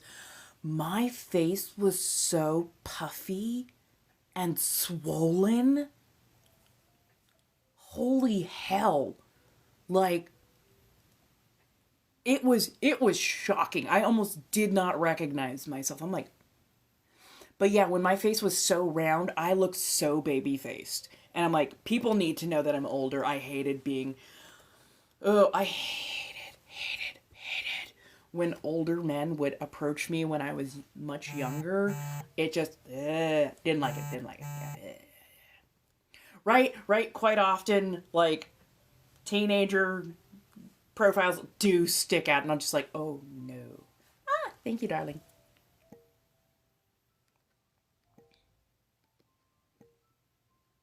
Perfect. One card read. Pardon as I clear away some stuff.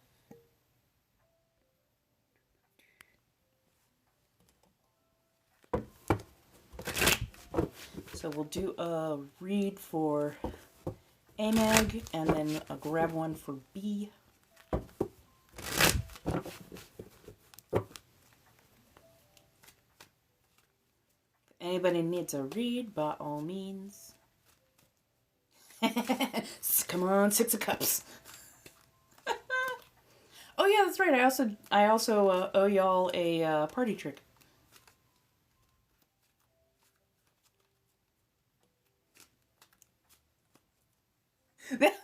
I love that too. I really do. I love that so much that you can do that. Oh my god. Because yeah, everybody's PFP is like microscopic. Okay, it's like the size of a pencil eraser on my phone.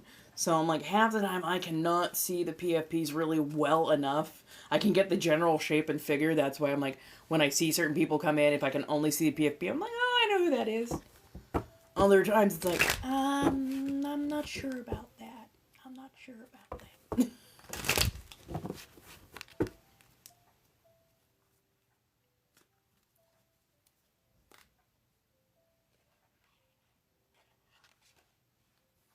Ooh. Yes, you are actually, because you have an exclamation point in your name, so it sticks out. Well, yeah, we've got the Queen of Pentacles.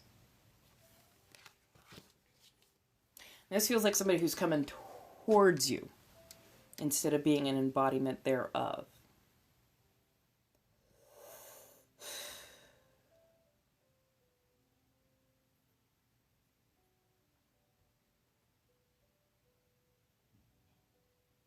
I don't know why I see a big, like a big disc, big pentacled disc.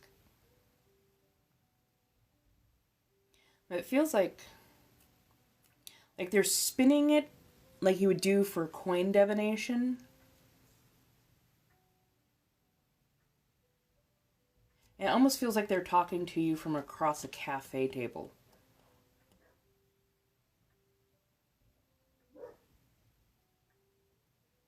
She is really decked out. Nice finery, kind of a deep reddish hair. Lovely green, cream and gold. Honestly, it kind of feels like she's trying to court you instead of the other way around.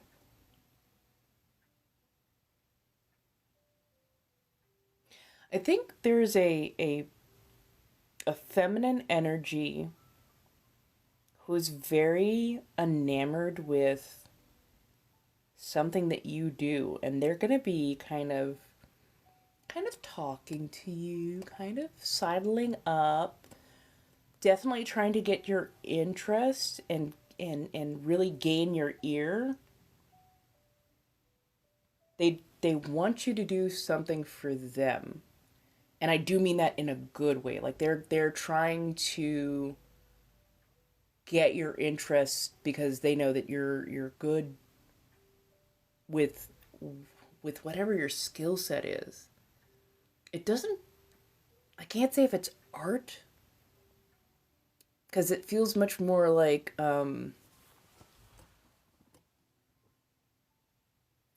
feels like a non-tangible skill set. So much more like delegation, being able to manage people, make sure like the office runs smoothly, get things where they need to be, like more managerial.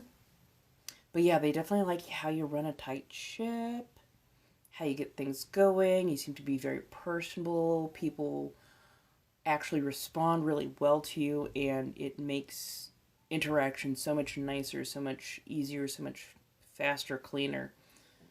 And I think they're gonna be offering something that feels really good, kind of cushy, like an environment that you would flourish in. So yeah, if somebody kind of gently comes along and gives you an offer, definitely keep your ear open and listen to their full sales pitch. Listen to everything that they actually have to say. Because, yeah, I think they are impressed with how you comport yourself as a person, and they want to make sure that you have a place where you can put your skills to good use, and it's beneficial to them as well. So, yeah, there's definitely good room for negotiation on this particular foray. Yeah, she's definitely courting. Like trying to make the deal seem as sweet as possible, and with like good intention, not like trying to be, oh well, you know, if you come here, we're family. No, no, no. She's like, oh no, I love how.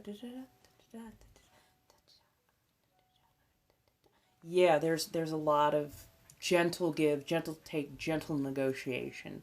So, yeah, if you get an offer to kind of be the person in charge, getting everything running smoothly, it may be a very good deal for you. A very, very good deal for you. Because, yeah, they are not trying to use force at all. They are trying to actually show that this would be a boon, a benefit, a thing that you would enjoy doing. So, yeah, I definitely say run with it. Run with it, go with it, do with it. Should be a fun time.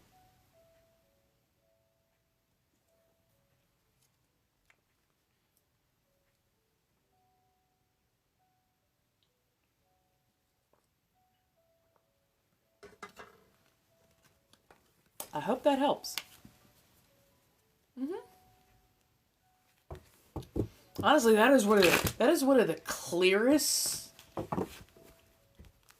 reads that I had in a long time. Like, detail, so much good detail. Hey, Demon, welcome back. Ah, yes, Blinks are in Lio. Feel free to have that. It's only $5 per card, and you can get between 1 and 10 cards. So if you need like a 3-card read, a 5-card read, that's all perfectly fine. If you want a 10-card read, that is a Celtic Cross. So that is going to be a lot of information. We're going to be here for a hot minute, but I do like doing those. B, let me go ahead and get yours pulled as well. Wow, that was a quick shuffle.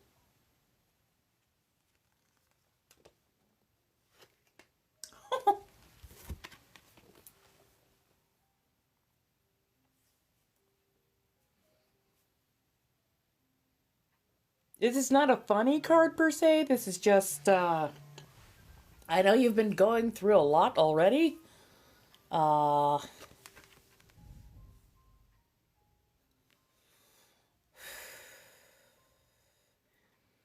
aspect to be focused on here, for the card that it is, the aspect to be focused on here is actually the transition, the Phoenix rising. So not the transition part of it, but the when you come out on the other side, you're going to be someone and something a little bit different. There's going to be a big transformation. But yeah, like even the universe recognizes that you've been through a lot of shit. A lot. And it piles of ash and cinder, and then it's just somebody who's holding like a hot coal in their hand, and they're transferring that hot coal to new tinder, to something that can reinvigorate that spark, that can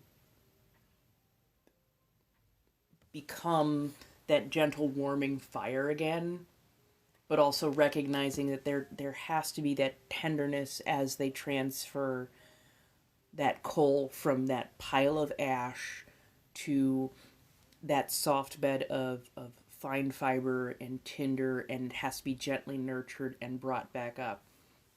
Like, the universe is not blind to the fact that you've been through a shit ton of stuff, and that you're gonna need somebody to gently lift and bolster.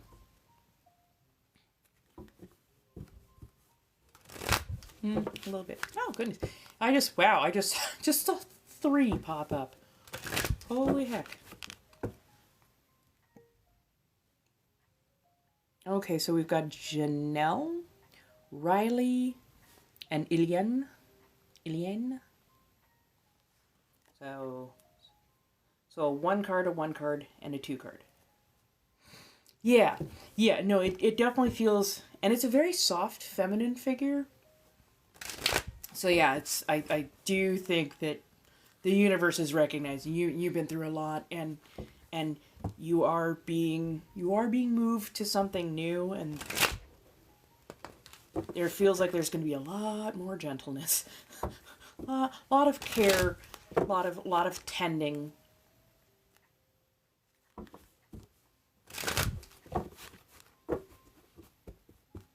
And honestly, Hestia. It feels almost like you're being put in the home's hearth, or hearth made for a place that is meant to be home, a place that is meant to be warm and comforting, where people will gather and where there's a better sense of safety. Also, I see dogs there, and other, like, kind of pets, not domesticated animals, but pets. So, things that bring comfort and joy. Yeah.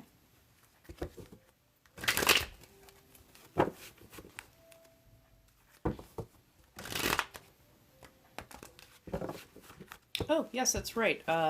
So, do we want to read cards first and then do the party trick, or do we want to do the party trick and then read cards?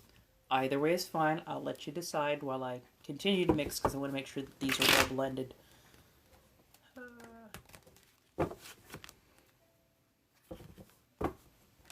Fair.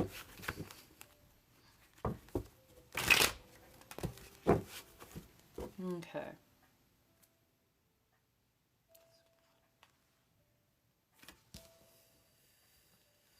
Oh. So, Riley, you are I believe you're the first. No, I'm sorry, Janelle. Are you here?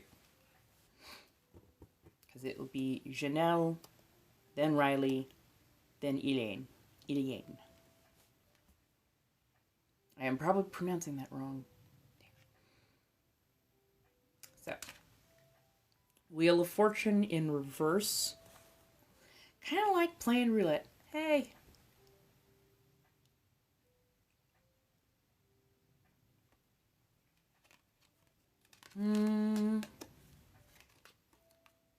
Feels like it, and you're actually kind of in the middle of it.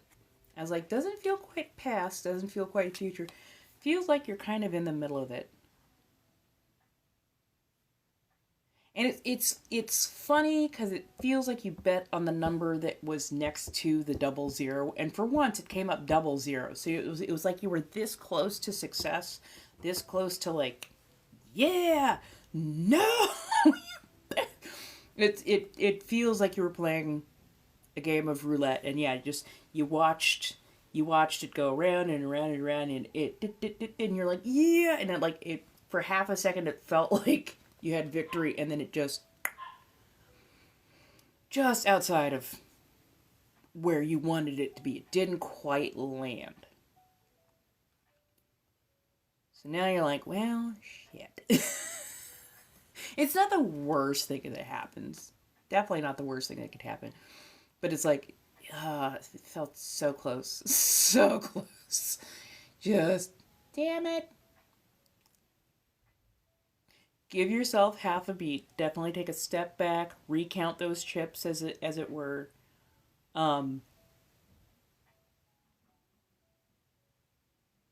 Maybe sit out a round or two before going back in. Like, you know what? No, we can do this again. Don't get into the cycle of gambling. Don't get into that cycle of gambling without tapping into your thought, without tapping into your intuition, without really thinking, are the stakes worth the bet? Because that bet seems so small when you're doing like one or two, but that ante can go up real quick. I don't know why gambling is so strong on this one. But yeah, if you're taking risk, definitely assess if the risk that you are taking is worth that payout. And not just in a, oh, I get a good dopamine hit. No. Like, actually look at, is that risk worth what I'm putting up? Because if you do it indiscriminately, you can end up absolutely bankrupting yourself. And by bankrupt, it feels like less like physical coin and much more like just burning it all out of yourself to the point where you're just like, I'm fried, I'm burnt out, I just don't want to do this anymore. Just But yeah, definitely take a little step back, count them chips, and really assess if the risk that you are taking is worth it, or if it's the thrill of that dopamine hit that is driving you. Oh, thank you. I hope to be on, or not hope to be, I plan to be on Favorited tomorrow. So we will start the integration, as it were. You are welcome. You are definitely welcome. So that is Janelle down. Riley, you're up next with a 1 card. If anybody else needs, feel free to head up there. Blinks are in line. It's 5 per card. If somebody could pin that for me, that'd be wonderful. And just let people know that they can get between 1 and 10 cards. So you're not stuck with, oh, I can only get 1 or 2. No, you can get a full 10 card read. We can do a full 10 card read. Just also recognize it is going to be very in depth, and these cards read for filth. Hello. Oh, aloha. How do you do? How's Hawaii? I mean that with mild amount of concern, and also hoping that your weather is doing good, because we're getting buffeted right here with some pretty high winds, and I know that the islands can get hit pretty hard. Thank you.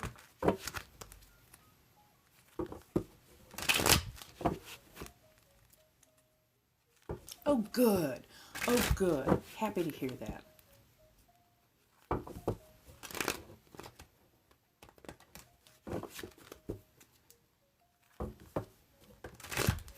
May you be given back your island sooner rather than later.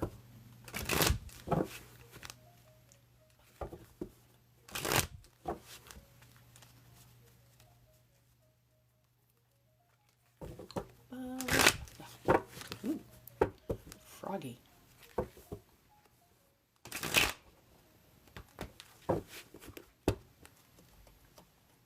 Hey, same with New Zealand. Aotearoa. I'll get on that rant in a few minutes, but yeah. I don't think people quite understand what land back either means. But I will do my best to educate, and I will always keep my ears open and try to learn better. So Riley, actually it goes this way. We're pulling a lot of upside down major arcana. It's not a bad thing, it just, is a thing. So, our dear Justice, but Justice in reverse. Ooh, it's the feeling of injustice. Feeling of not quite getting your way. Feels less like the legal side of something and much more like the court of public opinion. People rather than legalities.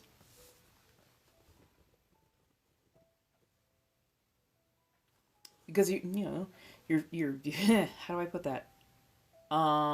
You're expecting some amount of fairness in life, some amount of even-handed treatment.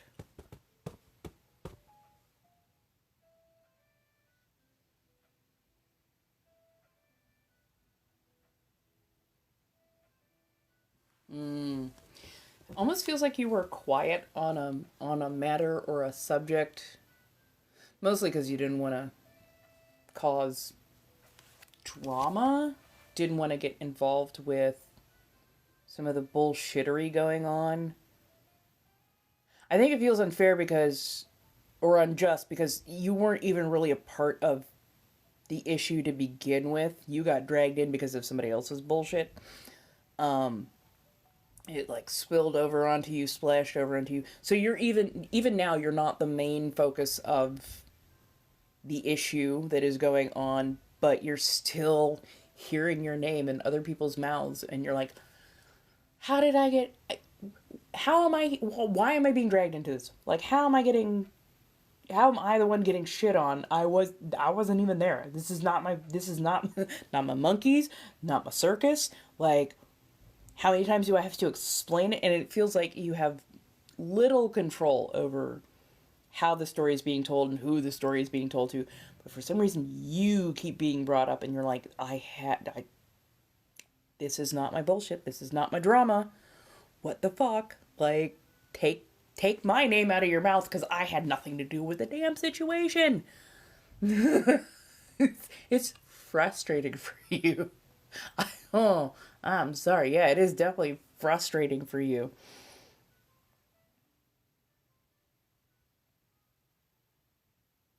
And you're like, I don't know how to resolve it. I don't know how to resolve this because it's definitely stressing you out. Clearly, it's stressing you out. And I'm not gonna say like ignore it, but like if you've got receipts, bring it and present them in such a way that it is easy to find information for anyone. Once a rumor mill goes, trust me, it is difficult to override it. But like just make your receipts as well and easily known as humanly possible and just go, look, I don't know how I got drug in. I don't know how my name even got pulled into this. But like you can go ahead and check to XYZ, but I wasn't there. I wasn't part of this. Da da da da. I don't know how I got drug into it. But like just because my name is fun to say doesn't mean I was there. Literally go talk to this person, this person, this person. They will confirm I was not there. I was not a part of this. I'm just a friend of a friend in this particular instance. So can you stop? But yeah, no. I know it feels unfair, but just like again, get those receipts, get that corroboration, and make them plainly and well known so that your name will be taken off of the situation. And definitely tell people like, and could you please let other people know that they can either go and confirm it here or go and confirm with these people? Not my monkeys, not my circus. I want nothing to do with it. Like, nope, nope, nope, nope, nope, nope, nope, nope. I don't know if you're. I don't know if you're into spell casting or craft or anything like that, but maybe an uncrossing spell at this point, or a cleansing of some variety to also kind of get some of that extra ick off, as it were. Yeah, no, that trust me, it was well beyond your control. Just somebody decided to spice up the story, and now your name is in the mix, and you're like, no, fucking no, fuck no. Hey, Nicole. I'm sorry. I hope that helps. It's almost a comedy of errors if it wasn't so dang aggravating.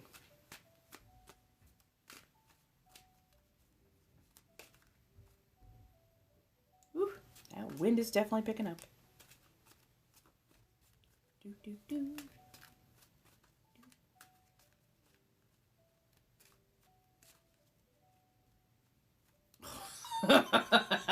Ain't that the truth? Ain't that the truth? Oh my god, yeah.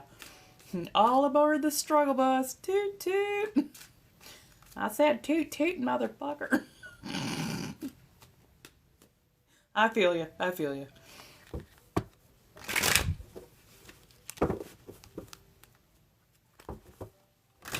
Ian, are you here, my dear? 2-card pull. Thank you, thank you.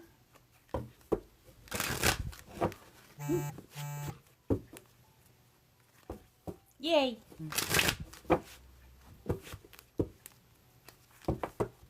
Don't mind that. I know what you meant. I'm not even going to correct it. We're good. We're good. Just my brain doing my brain thing.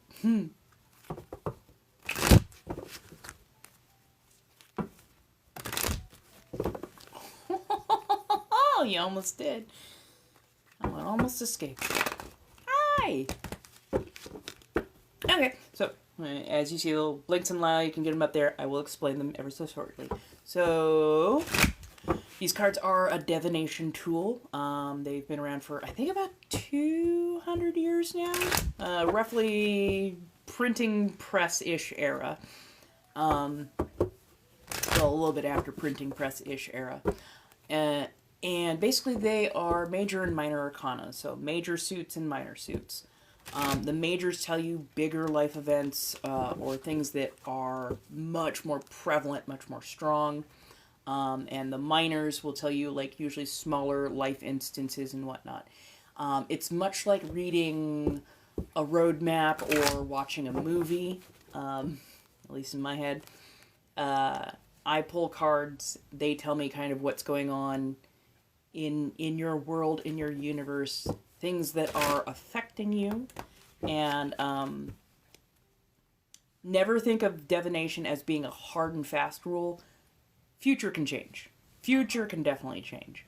I will get a little bit of information basically about the past, usually through the cards, or the current situation, and then my guides, my intuitions, give me a little bit of, okay, how do we direct from there? So I sometimes will give advice on, like, if this is what you're going for, keep aiming the way you're aiming. And if you're trying to change it to a little something, curving it away, yeah.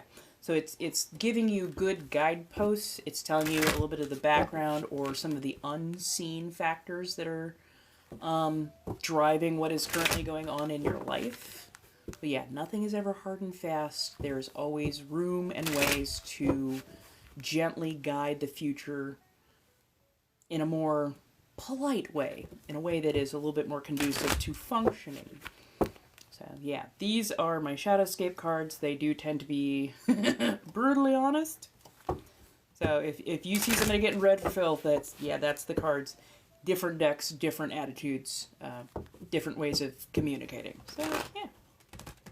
Sit, we've got a 2-card pull, and if you like it, by all means, the blinks that are in Lio, you can just go straight to those, and $5 per card, you can get between 1 and 10 cards. 1 card, yeah, basic, quick, general read, tends to tell you what's going on, what's the situation. 10 card read, that is the in-depth, I need to know details, I need nuance, I need a lot more information.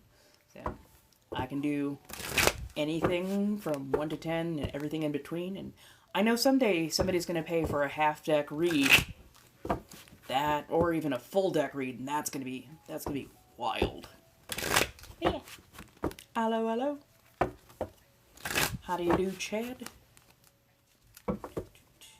Yes, I am a practicing witch. I've been a practicing witch for 25 years. I've read tarot cards for about 15 years. In the last 2 years, I got more leaning into my sensitivities and actually, reading for people on a more consistent basis. I do any number of things, including artwork. I make clothing. I do content creation of quite a few varieties, as well as being present on several age-verified sites. If you have any questions, by all means, do feel free to ask.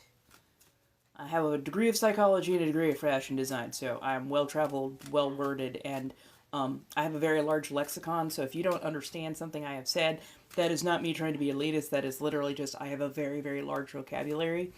Ask what a word means. I will explain it, describe it, or find a different set of words so that I am understood.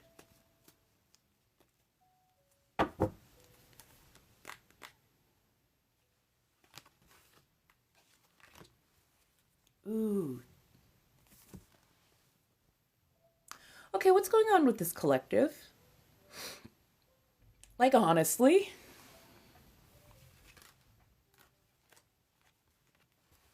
y'all are having a hard time of it, aren't you? The Sun in reverse and the Hanged Man in reverse.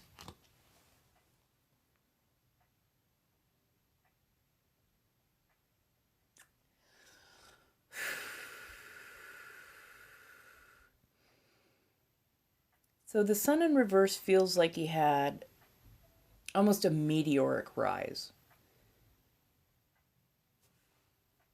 Like, I'm feeling a very sharp incline. You were brought into a lot of rooms, you were given a lot of attention. A lot of attention. A lot of scrutiny, too. But it feels almost like you've held that position as the Sun for too long. And it has become burdensome. Everybody thinks of the Sun as being just, oh, you want to be the Sun, you want to be the center of the universe. People forget if the Sun is too hot, too bright, too intense, it could begin to scorch and wither and burn and do things that are detrimental instead of just a blessing to the crops. Yeah, well, have you seen those crops in the middle of summer? The heat can be a little too intense.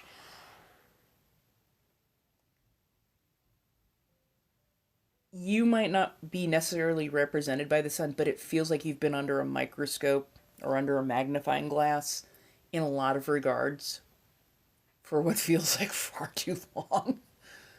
You're just like, I thought this was just supposed to be a quick check. What the? Like, why do I got the heat still on me?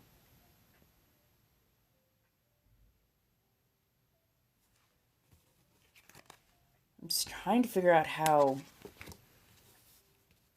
The Hanged Man tends to be changing your perspective on something, really giving some introspection, so that you have a better understanding of how you see the world and how the world sees you. But at this point, you feel like an ant under a microscope, and it is not comfortable. It is not fun.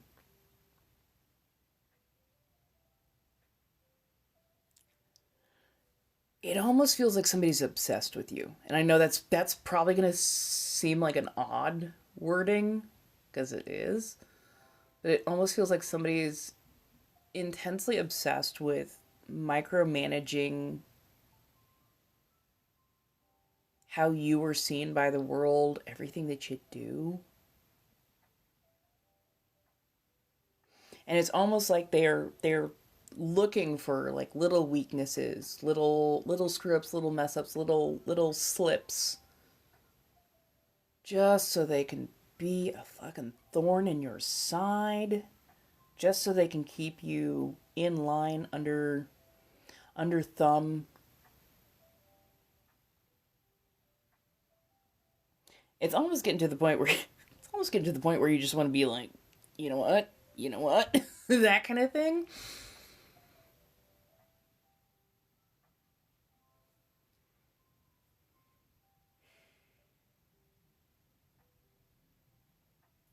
Why does it feel like this person has so much power over you?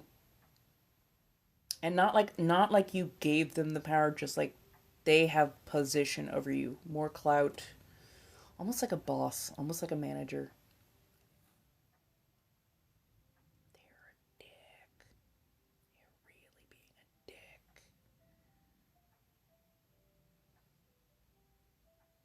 dick. They're gonna keep you under that microscope for as long as you are on their radar or in their presence. Like, HR is not your friend. We already know this. HR is not your friend. But you need to find a way to make it very clear to them that they either need to go do their job, which is not in your space, in your face. They need to go do their job and manage everything, or better yet, go to the person above them and go, this person is not doing their job and they are making it impossible for me to exist in this space. It is becoming hostile and violent. And if they don't stop, then there's going to be a whole new set of problems. And that, no, that is not a threat. I'm informing you that they are breaking protocol, and it's not to be taken lightly. So yeah, like, do what you got to do. Because, like, this person, they are just a dick. Like, with a capital D. With a capital D. So, yeah. Yeah. Yeah. Yeah. Do what you gotta do. The sun, remember, the sun is not the only thing in the universe. It just happens to be the middle of a solar system. There's more outside. So, yeah. Yeah. Yeah. I'm sorry you're going through that. That is... Ew. That's not fun. That's definitely not fun.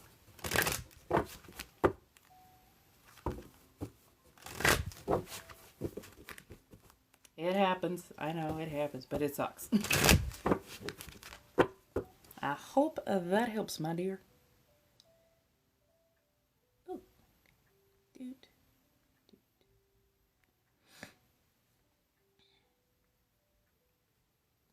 Dun. Yeah, I hear ya. I hear ya.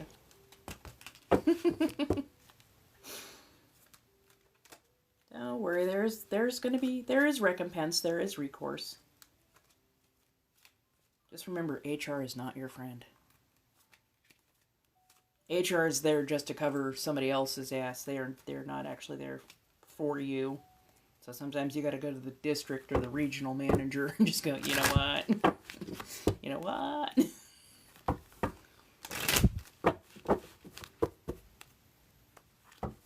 And I mean, like, mark down if they try to change your time card, or if they try to change your work schedule without giving you literally like 72-hour notice. If they hold your check for even, a day longer than they are supposed to, like, hell, hit up the labor board if you gotta. That's all I gotta say. But yeah. Hello, hello. Welcome on in. We are reading cards. Oh yeah, that's right. Party trick. Should have been a party trick a while ago. Yeah. Party trick. We'll do a party trick, and then at 40K I will pull another community card.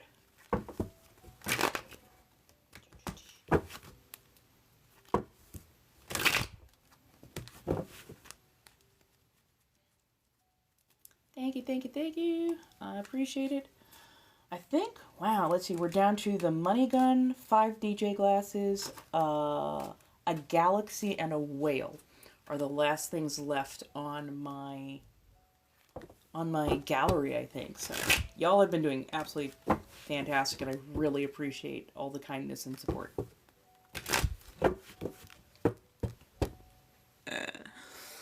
I mean, honestly, that's not the worst. It's not the worst idea. I need to get some new laces on my corsets anyway.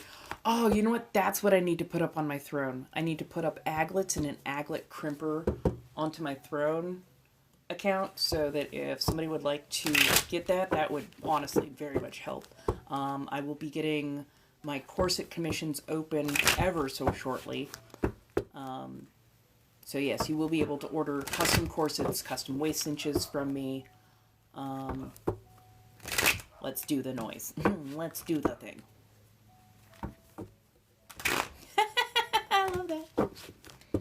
Fair, fair. It's been a hot second. I'm sorry about that. It has been a hot second since I've done ASMR for y'all, especially with the nails and the card shufflings and the whatnot.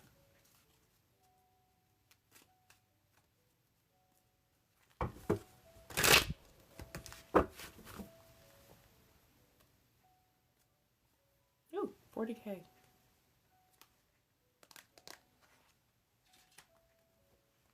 Ooh. Also, party trick. Because I owed that all to you. So, if you've never seen the party trick before, yes, I accidentally dropped that. I'm sorry. If you've never seen the party trick before, it's basically,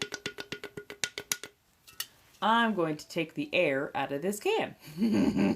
I'm going to change its shape irreparably. And how am I going to do that? By literally sucking the air out of it. If you ever attempt this, please start with a regular soda can first. Some of this is strength, some of this is finesse. This is a strength trick. Do not try to inhale with your bronchial. You are actually creating the most amount of suction force at the backside of your throat. Also, don't try and do multiples in a row, especially on the strength level, because you will cause petechial hemorrhaging, basically little pin dots. Because yeah, it's soft flesh back there. I've been doing this for years. So even I know where my limit is, and I pay attention to my body. So yeah, if your body goes, no, don't force it, please. I will put my knuckle on the bottom. I will keep the rest of my fingers away so that you know that I'm not denting or crushing with my hand.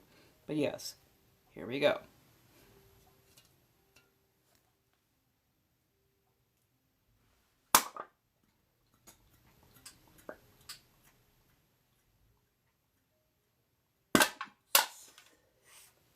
There we go.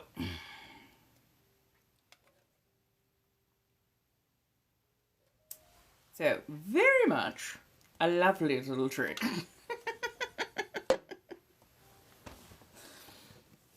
How's everybody doing? We're awake now, aren't we?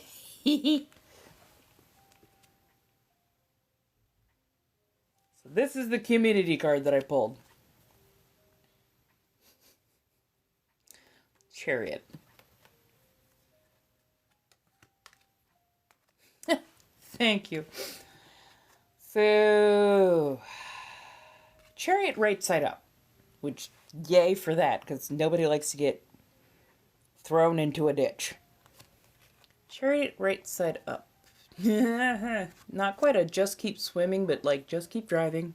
Just keep driving. It's a little bit of a razor's edge. It's a narrow road. It's not well paved. It's a little bit rocky. But, like, you know the back roads. And the back roads are going to be the back roads. The back roads are going to do what the back roads do. But if you see like a sharp curve or you feel like you're getting a little too close to the edge of something where it's getting a little unhinged, a little bit rockier than what you're comfortable with, it is absolutely okay for you to slow your roll. Even if it's something that you've done 1,000 times over, you're like, oh, I know how to do this. I've done this so many times. Da-da-da-da-da. Like, it's okay to slow the trolley down. Especially if it doesn't look like you're going to be able to make that curve quite right. You're not going to be able to pivot fast enough. Like, slow down. It's okay to slow down. It's okay to stop. Even if this is something that you've done 1,000 times over, even if it's part of your routine, it is okay to like slow down, pull over, check the wheels before proceeding.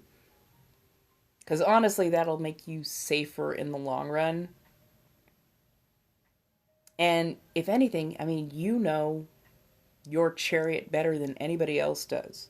So remember that you're the driver. Remember that you're the one who governs. So if you got to make a change, make that change. It is for you to decide. So drive carefully, please. Oh, thank you. I appreciate it. Hello, hello. How you doing? Just recognize that I...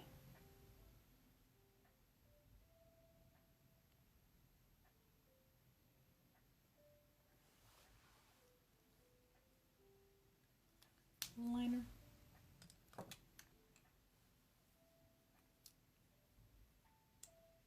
Sorry, I do this actually so it's easier for people to read my lips because I know some of the people in the lives, some of my watchers are actually hard of hearing.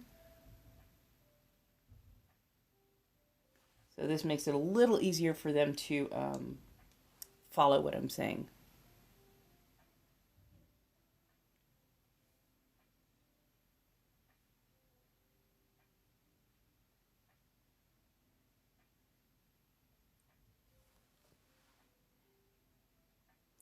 Ah, yes, that is correct. So, for people who don't know, Hawaii was actually illegally annexed with the help of the Dole Company. Yes, the pineapples. Um, Way back when, we're talking like 1800s. They held the royal family under, basically under gunpoint, in a forced house arrest kind of situation, while the U.S. government kind of went, and I guess we're just gonna have to take these islands and make them one of our states, because Dole is an American company. So yeah, that's how we got control. Basically, we forced them at bayonet point to hand over their island, or we were going to unalive their their royal family at like across the board. Their royal family does still exist, as does the Hawaiian people. But tourism is actually harming the islands quite a bit, especially I think Oahu, Hawaii, and Lahaina, if I'm not mistaken. Um,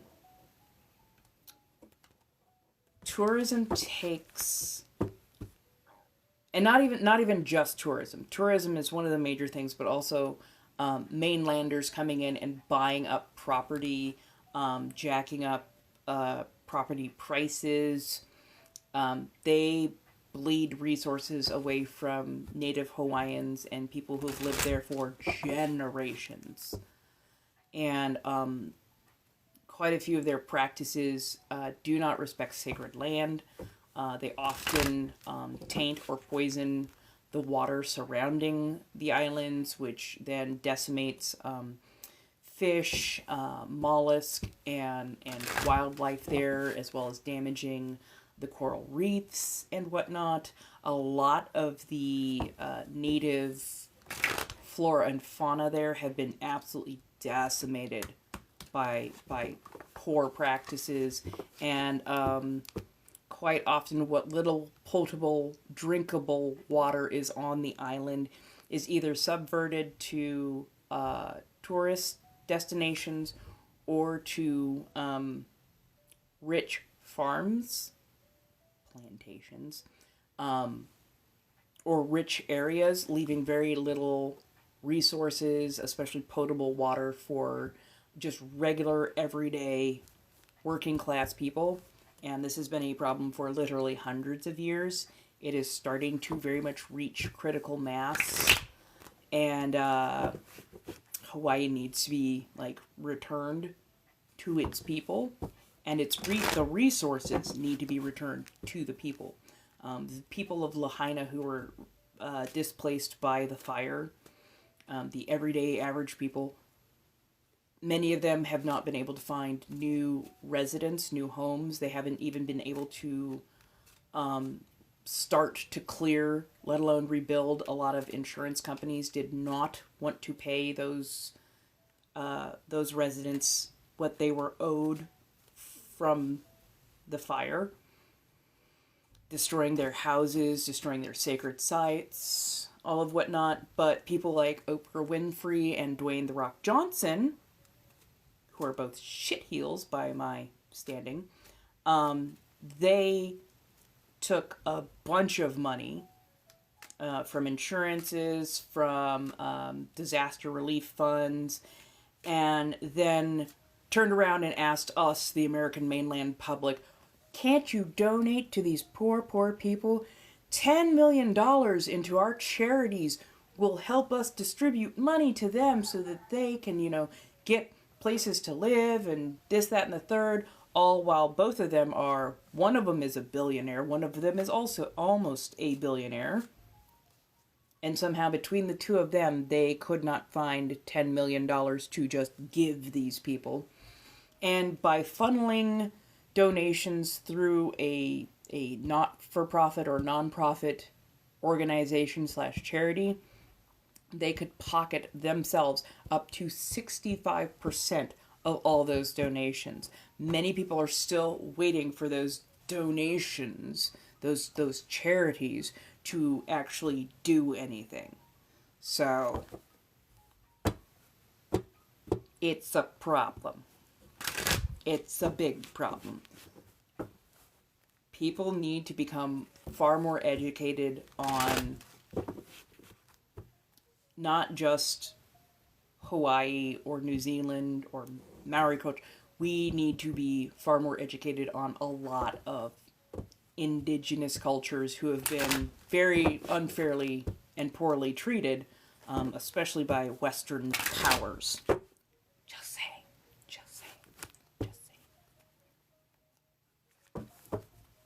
Hello.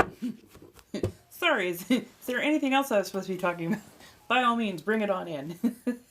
We talk about anything and everything here, but yes, I am definitely a proponent for everybody actually getting a fair shake, not just some people. Especially when certain Western scientists really want to build one of the largest telescopes on a sacred site because it is one of the least light polluted places on this planet. And they do not care that it is a sacred site to the Hawaiians. That part pisses me off. That pisses me off, like, on a whole new level. Like, literally, the Hawaiians went, yeah, no, that's a sacred site. We're not turning over that land for that. We're not letting you build a telescope here. That is literally our sacred land. Oh, but it has the least light pollution. We need that for science. Build a better telescope. Build a better fucking telescope. Do not think that you're just going to take over somebody's land just because you wanna. Like, find a better way. Find a different way. For fuck's sake. How's everybody doing? Got about another 20 minutes. Feel free to check out those links in Lio. Find me around the web. I'm going to be slowly migrating my lives to a couple other places. So feel free to check it out. More than likely, we're going to start growing an audience on Favorited. I'm going to see if I can get a little bit of dual streaming up and running. See where I can get everything, like, situated copacetically, because this platform is, it's getting bad. It's getting bad quick. It's definitely getting bad quick. So.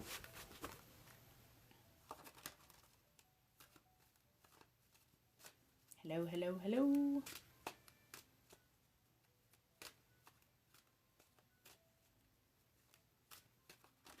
Ooh.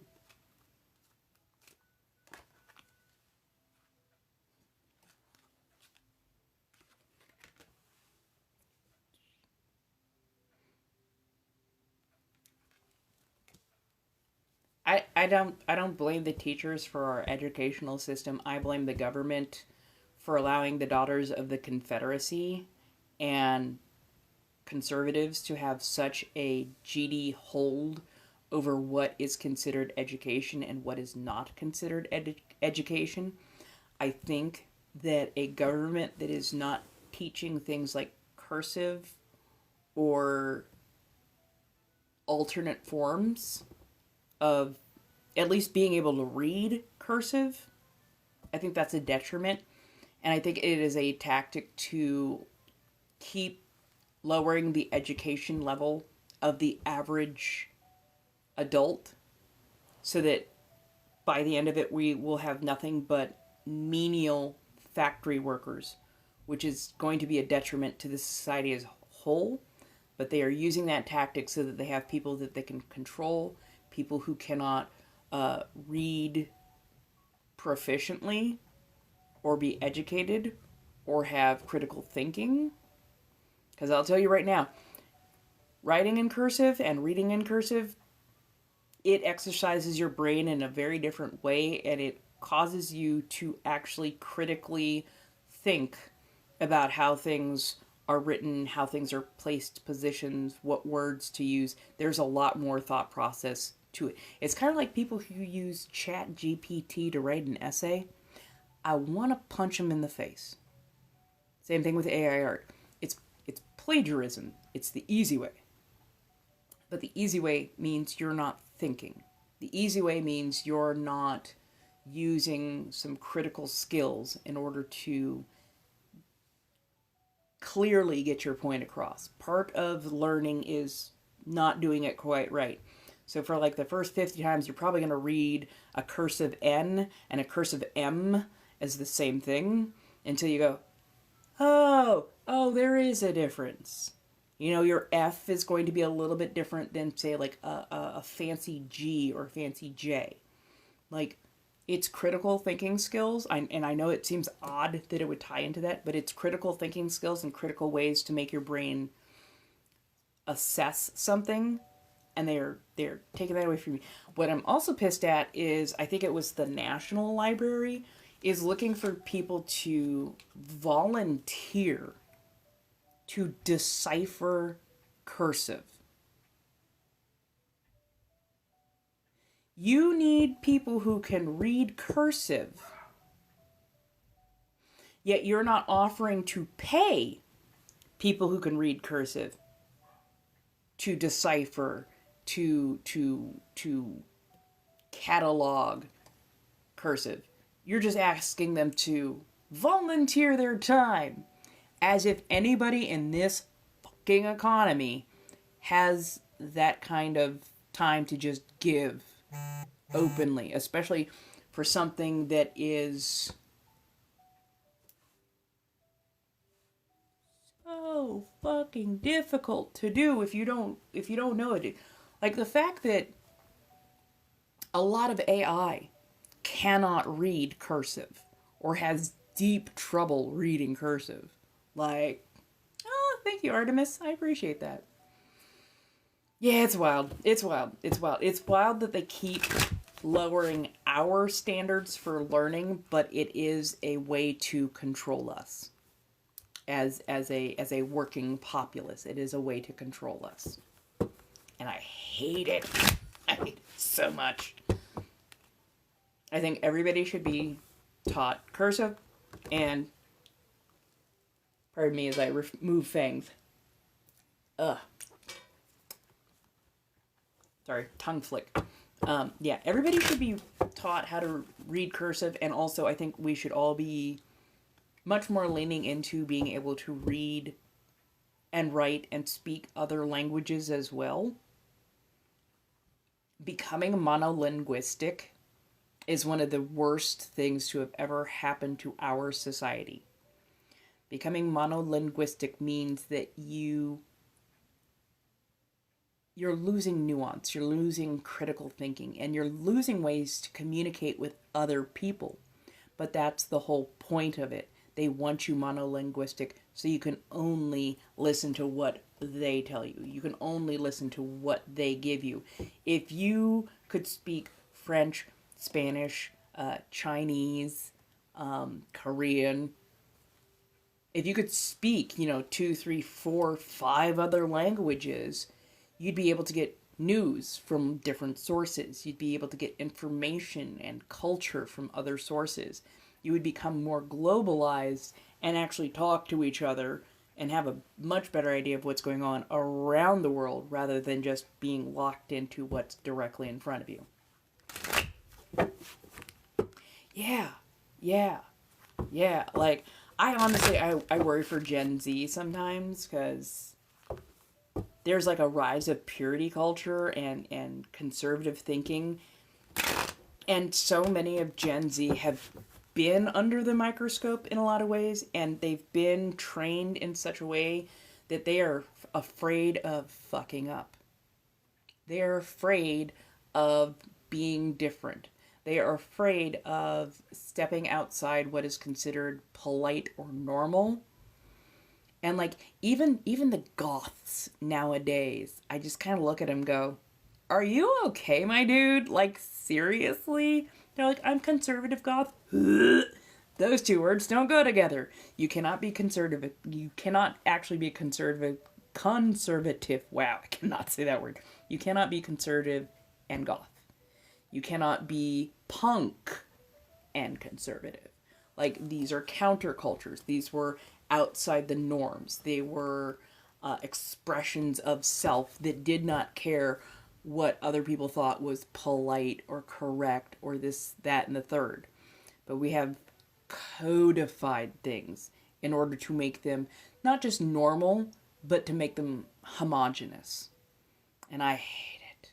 I hate it so much. That's why anytime somebody comes on here and calls me weird or cringe or this, that, there, I'm like, yeah, no shit. between being a millennial, between being raised Christian, but still found my own way, like, of course I'm cringe, of course I'm weird, of course I am different. I am alt, I am subculture. I am many things that do not conform, and I don't care to conform. Conformity is inbreeding, and inbreeding leads to detrimental traits. So yeah, no, I'll keep being odd. I'll still function within society. I'll still, give my fellow man a fair shake, as it were. But yeah, like, I don't care to conform in a way that is homogenous, because that lowers my ability to think outside the box, adapt to new things, or to suggest better ways to solve a problem, as it were. So, thank you, Artemis. I'm sorry. I'm sorry. I'm so sorry. That was funny. That was funny as fuck. Oh god, I don't need the goose honk to go with it. Oh my god. Thank you. That's one way to break my stride. I appreciate that. Hello. How's everybody doing tonight? Pardon, soapboxes. So many soapboxes. I mean, if you are Gen Z, or if you're a younger millennial, please, by all means, learn to be silly. Learn to be goofy. Learn to fuck up. That cancel culture, I can't believe I'm saying this one. Cancel culture is both real and not real.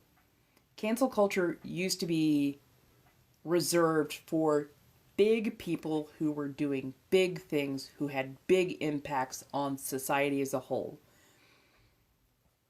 It was slowly refined into also holding people accountable who were doing fucked up things.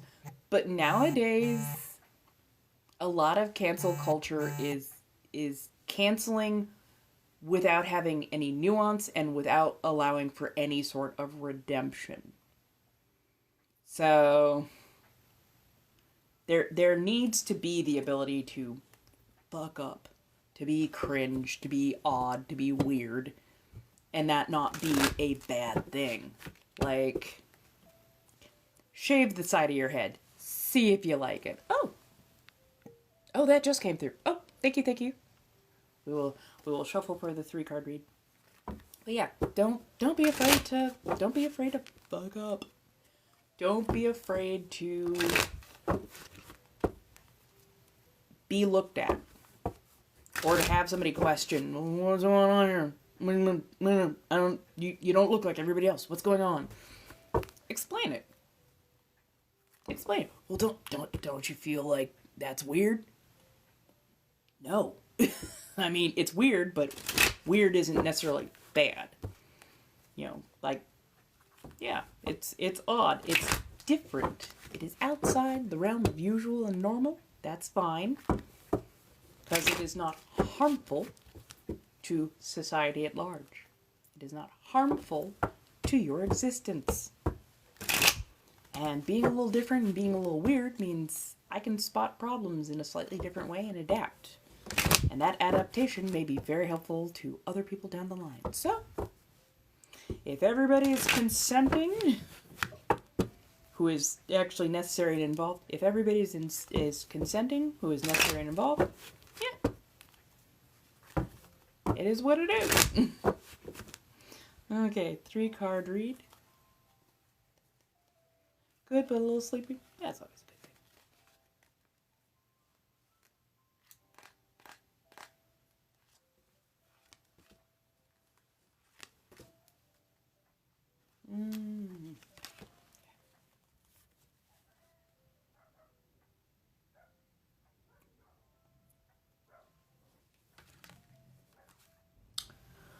Ooh, between a rock and a hard place.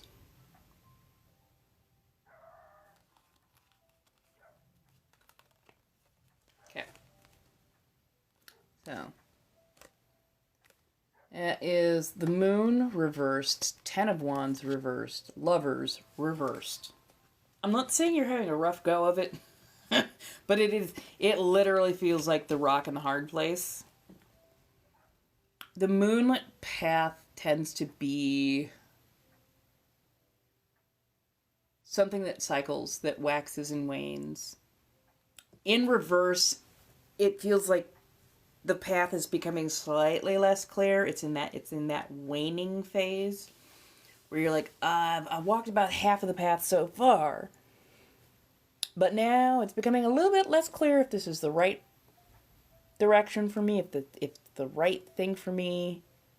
It feels like whoever was like helping, mentoring, companioning as you were doing this has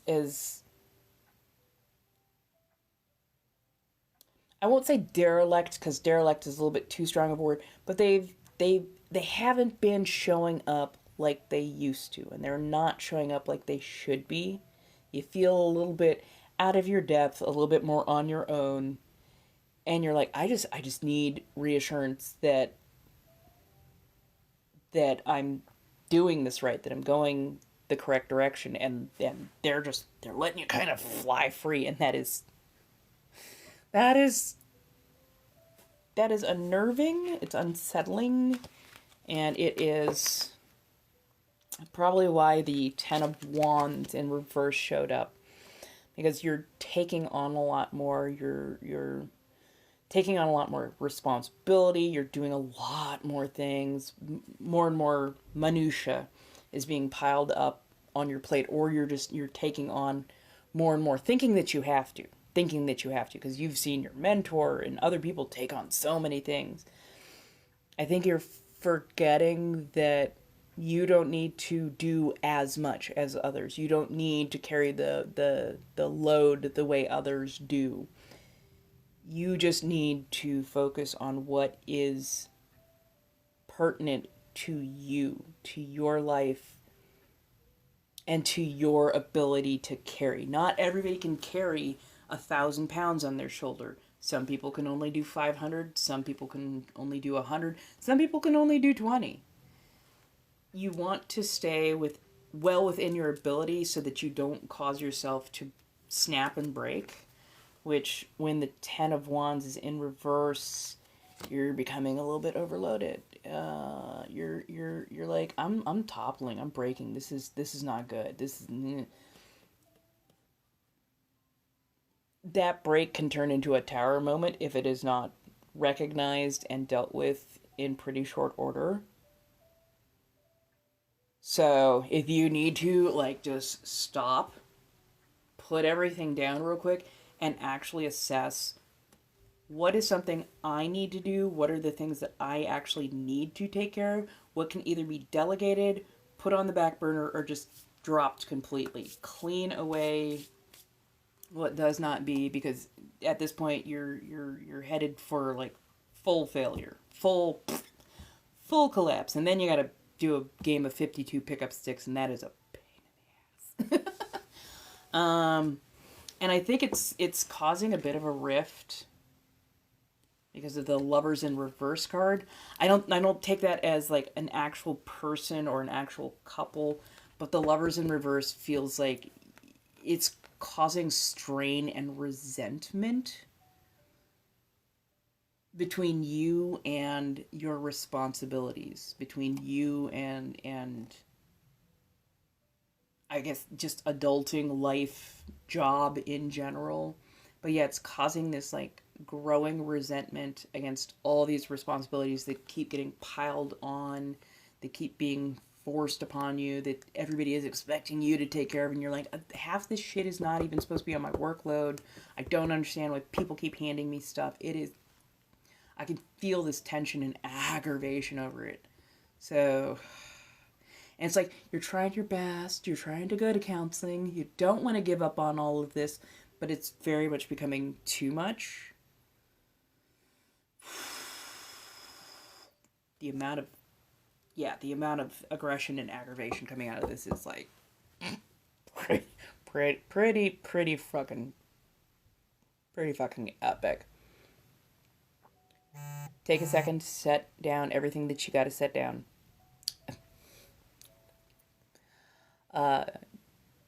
Take everything off the plate that is not actually your responsibility to handle. Only keep what serves you, and only do what is actually required of you. Give yourself some time to recover, and definitely communicate. Nobody gets to put anything else more on my plate. I need to deal with it, what is right here, right now. I will let you know when I want you to come back. I will let you know when you're allowed to be in my space, to touch, to do anything more. But right now I've got boundaries, and they are going to be very, very hard line boundaries. And if you step over them, if I have to draw a line and you step over it and I've got to push you back or cut you off for a couple days, couple weeks, couple months, whatever, I will do what I got to do, because I got to handle this shit before it all just burns. So set your boundaries. Definitely set your boundaries and enforce them, because you are so overworked. You are so overloaded. And you so need your space without people telling you a million other things that you need to do when it's not your workload to begin with. Duck. I hope that makes sense. I hope that gives you at least a little direction.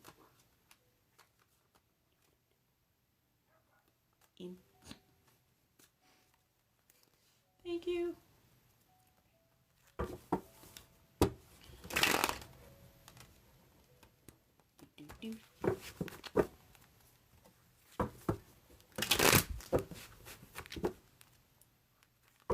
You're welcome, my dear. You are truly, truly welcome.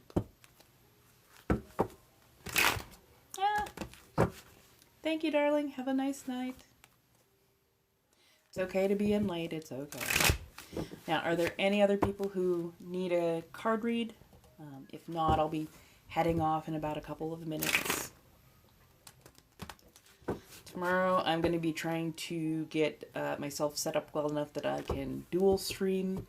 I will be on Favorited as well as here. I'm gonna be moving my setup around a little bit and see if I can get a few things figured out so that I got a better setup that's a little bit more concise.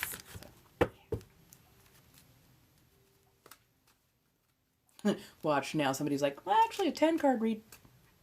I'll do it. I will absolutely do it. But And that would be my luck. I'm not mad at it. I just know.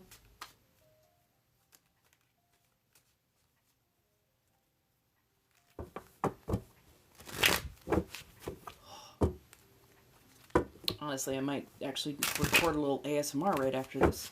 Some card shuffling.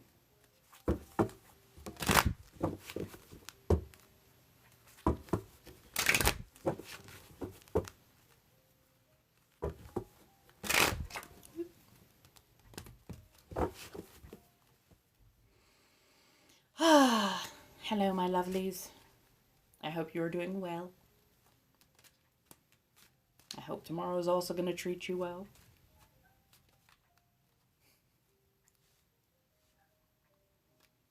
Feeling a little bit more relaxed. The feminine is not fighting me quite so much, so yay.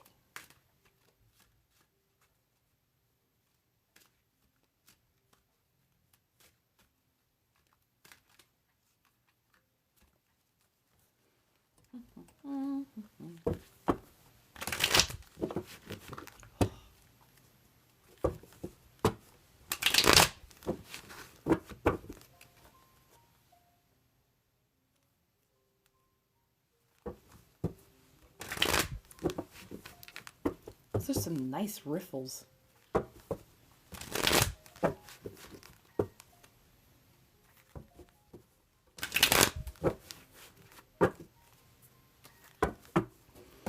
Okay, I'm going to head off, my darlings. I will be back tomorrow. Hopefully we'll be doing a dual stream. I will be, of course, reading cards, talking, you know how I do. And check me out. Find me around the web. All the links are in Lio. Hopefully I will slowly be able to work through all the things that I need to get settled away. Oh, thank you so much, by the way, for the 41.4K. Holy crap. Thank you. I really do appreciate that. Also, thank you so much for all of the love, the support.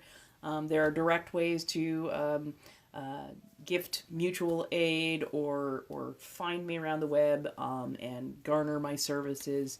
So feel free to find me, have conversations with me in places that they are appropriate and such. And thank you again so much. I really do appreciate it.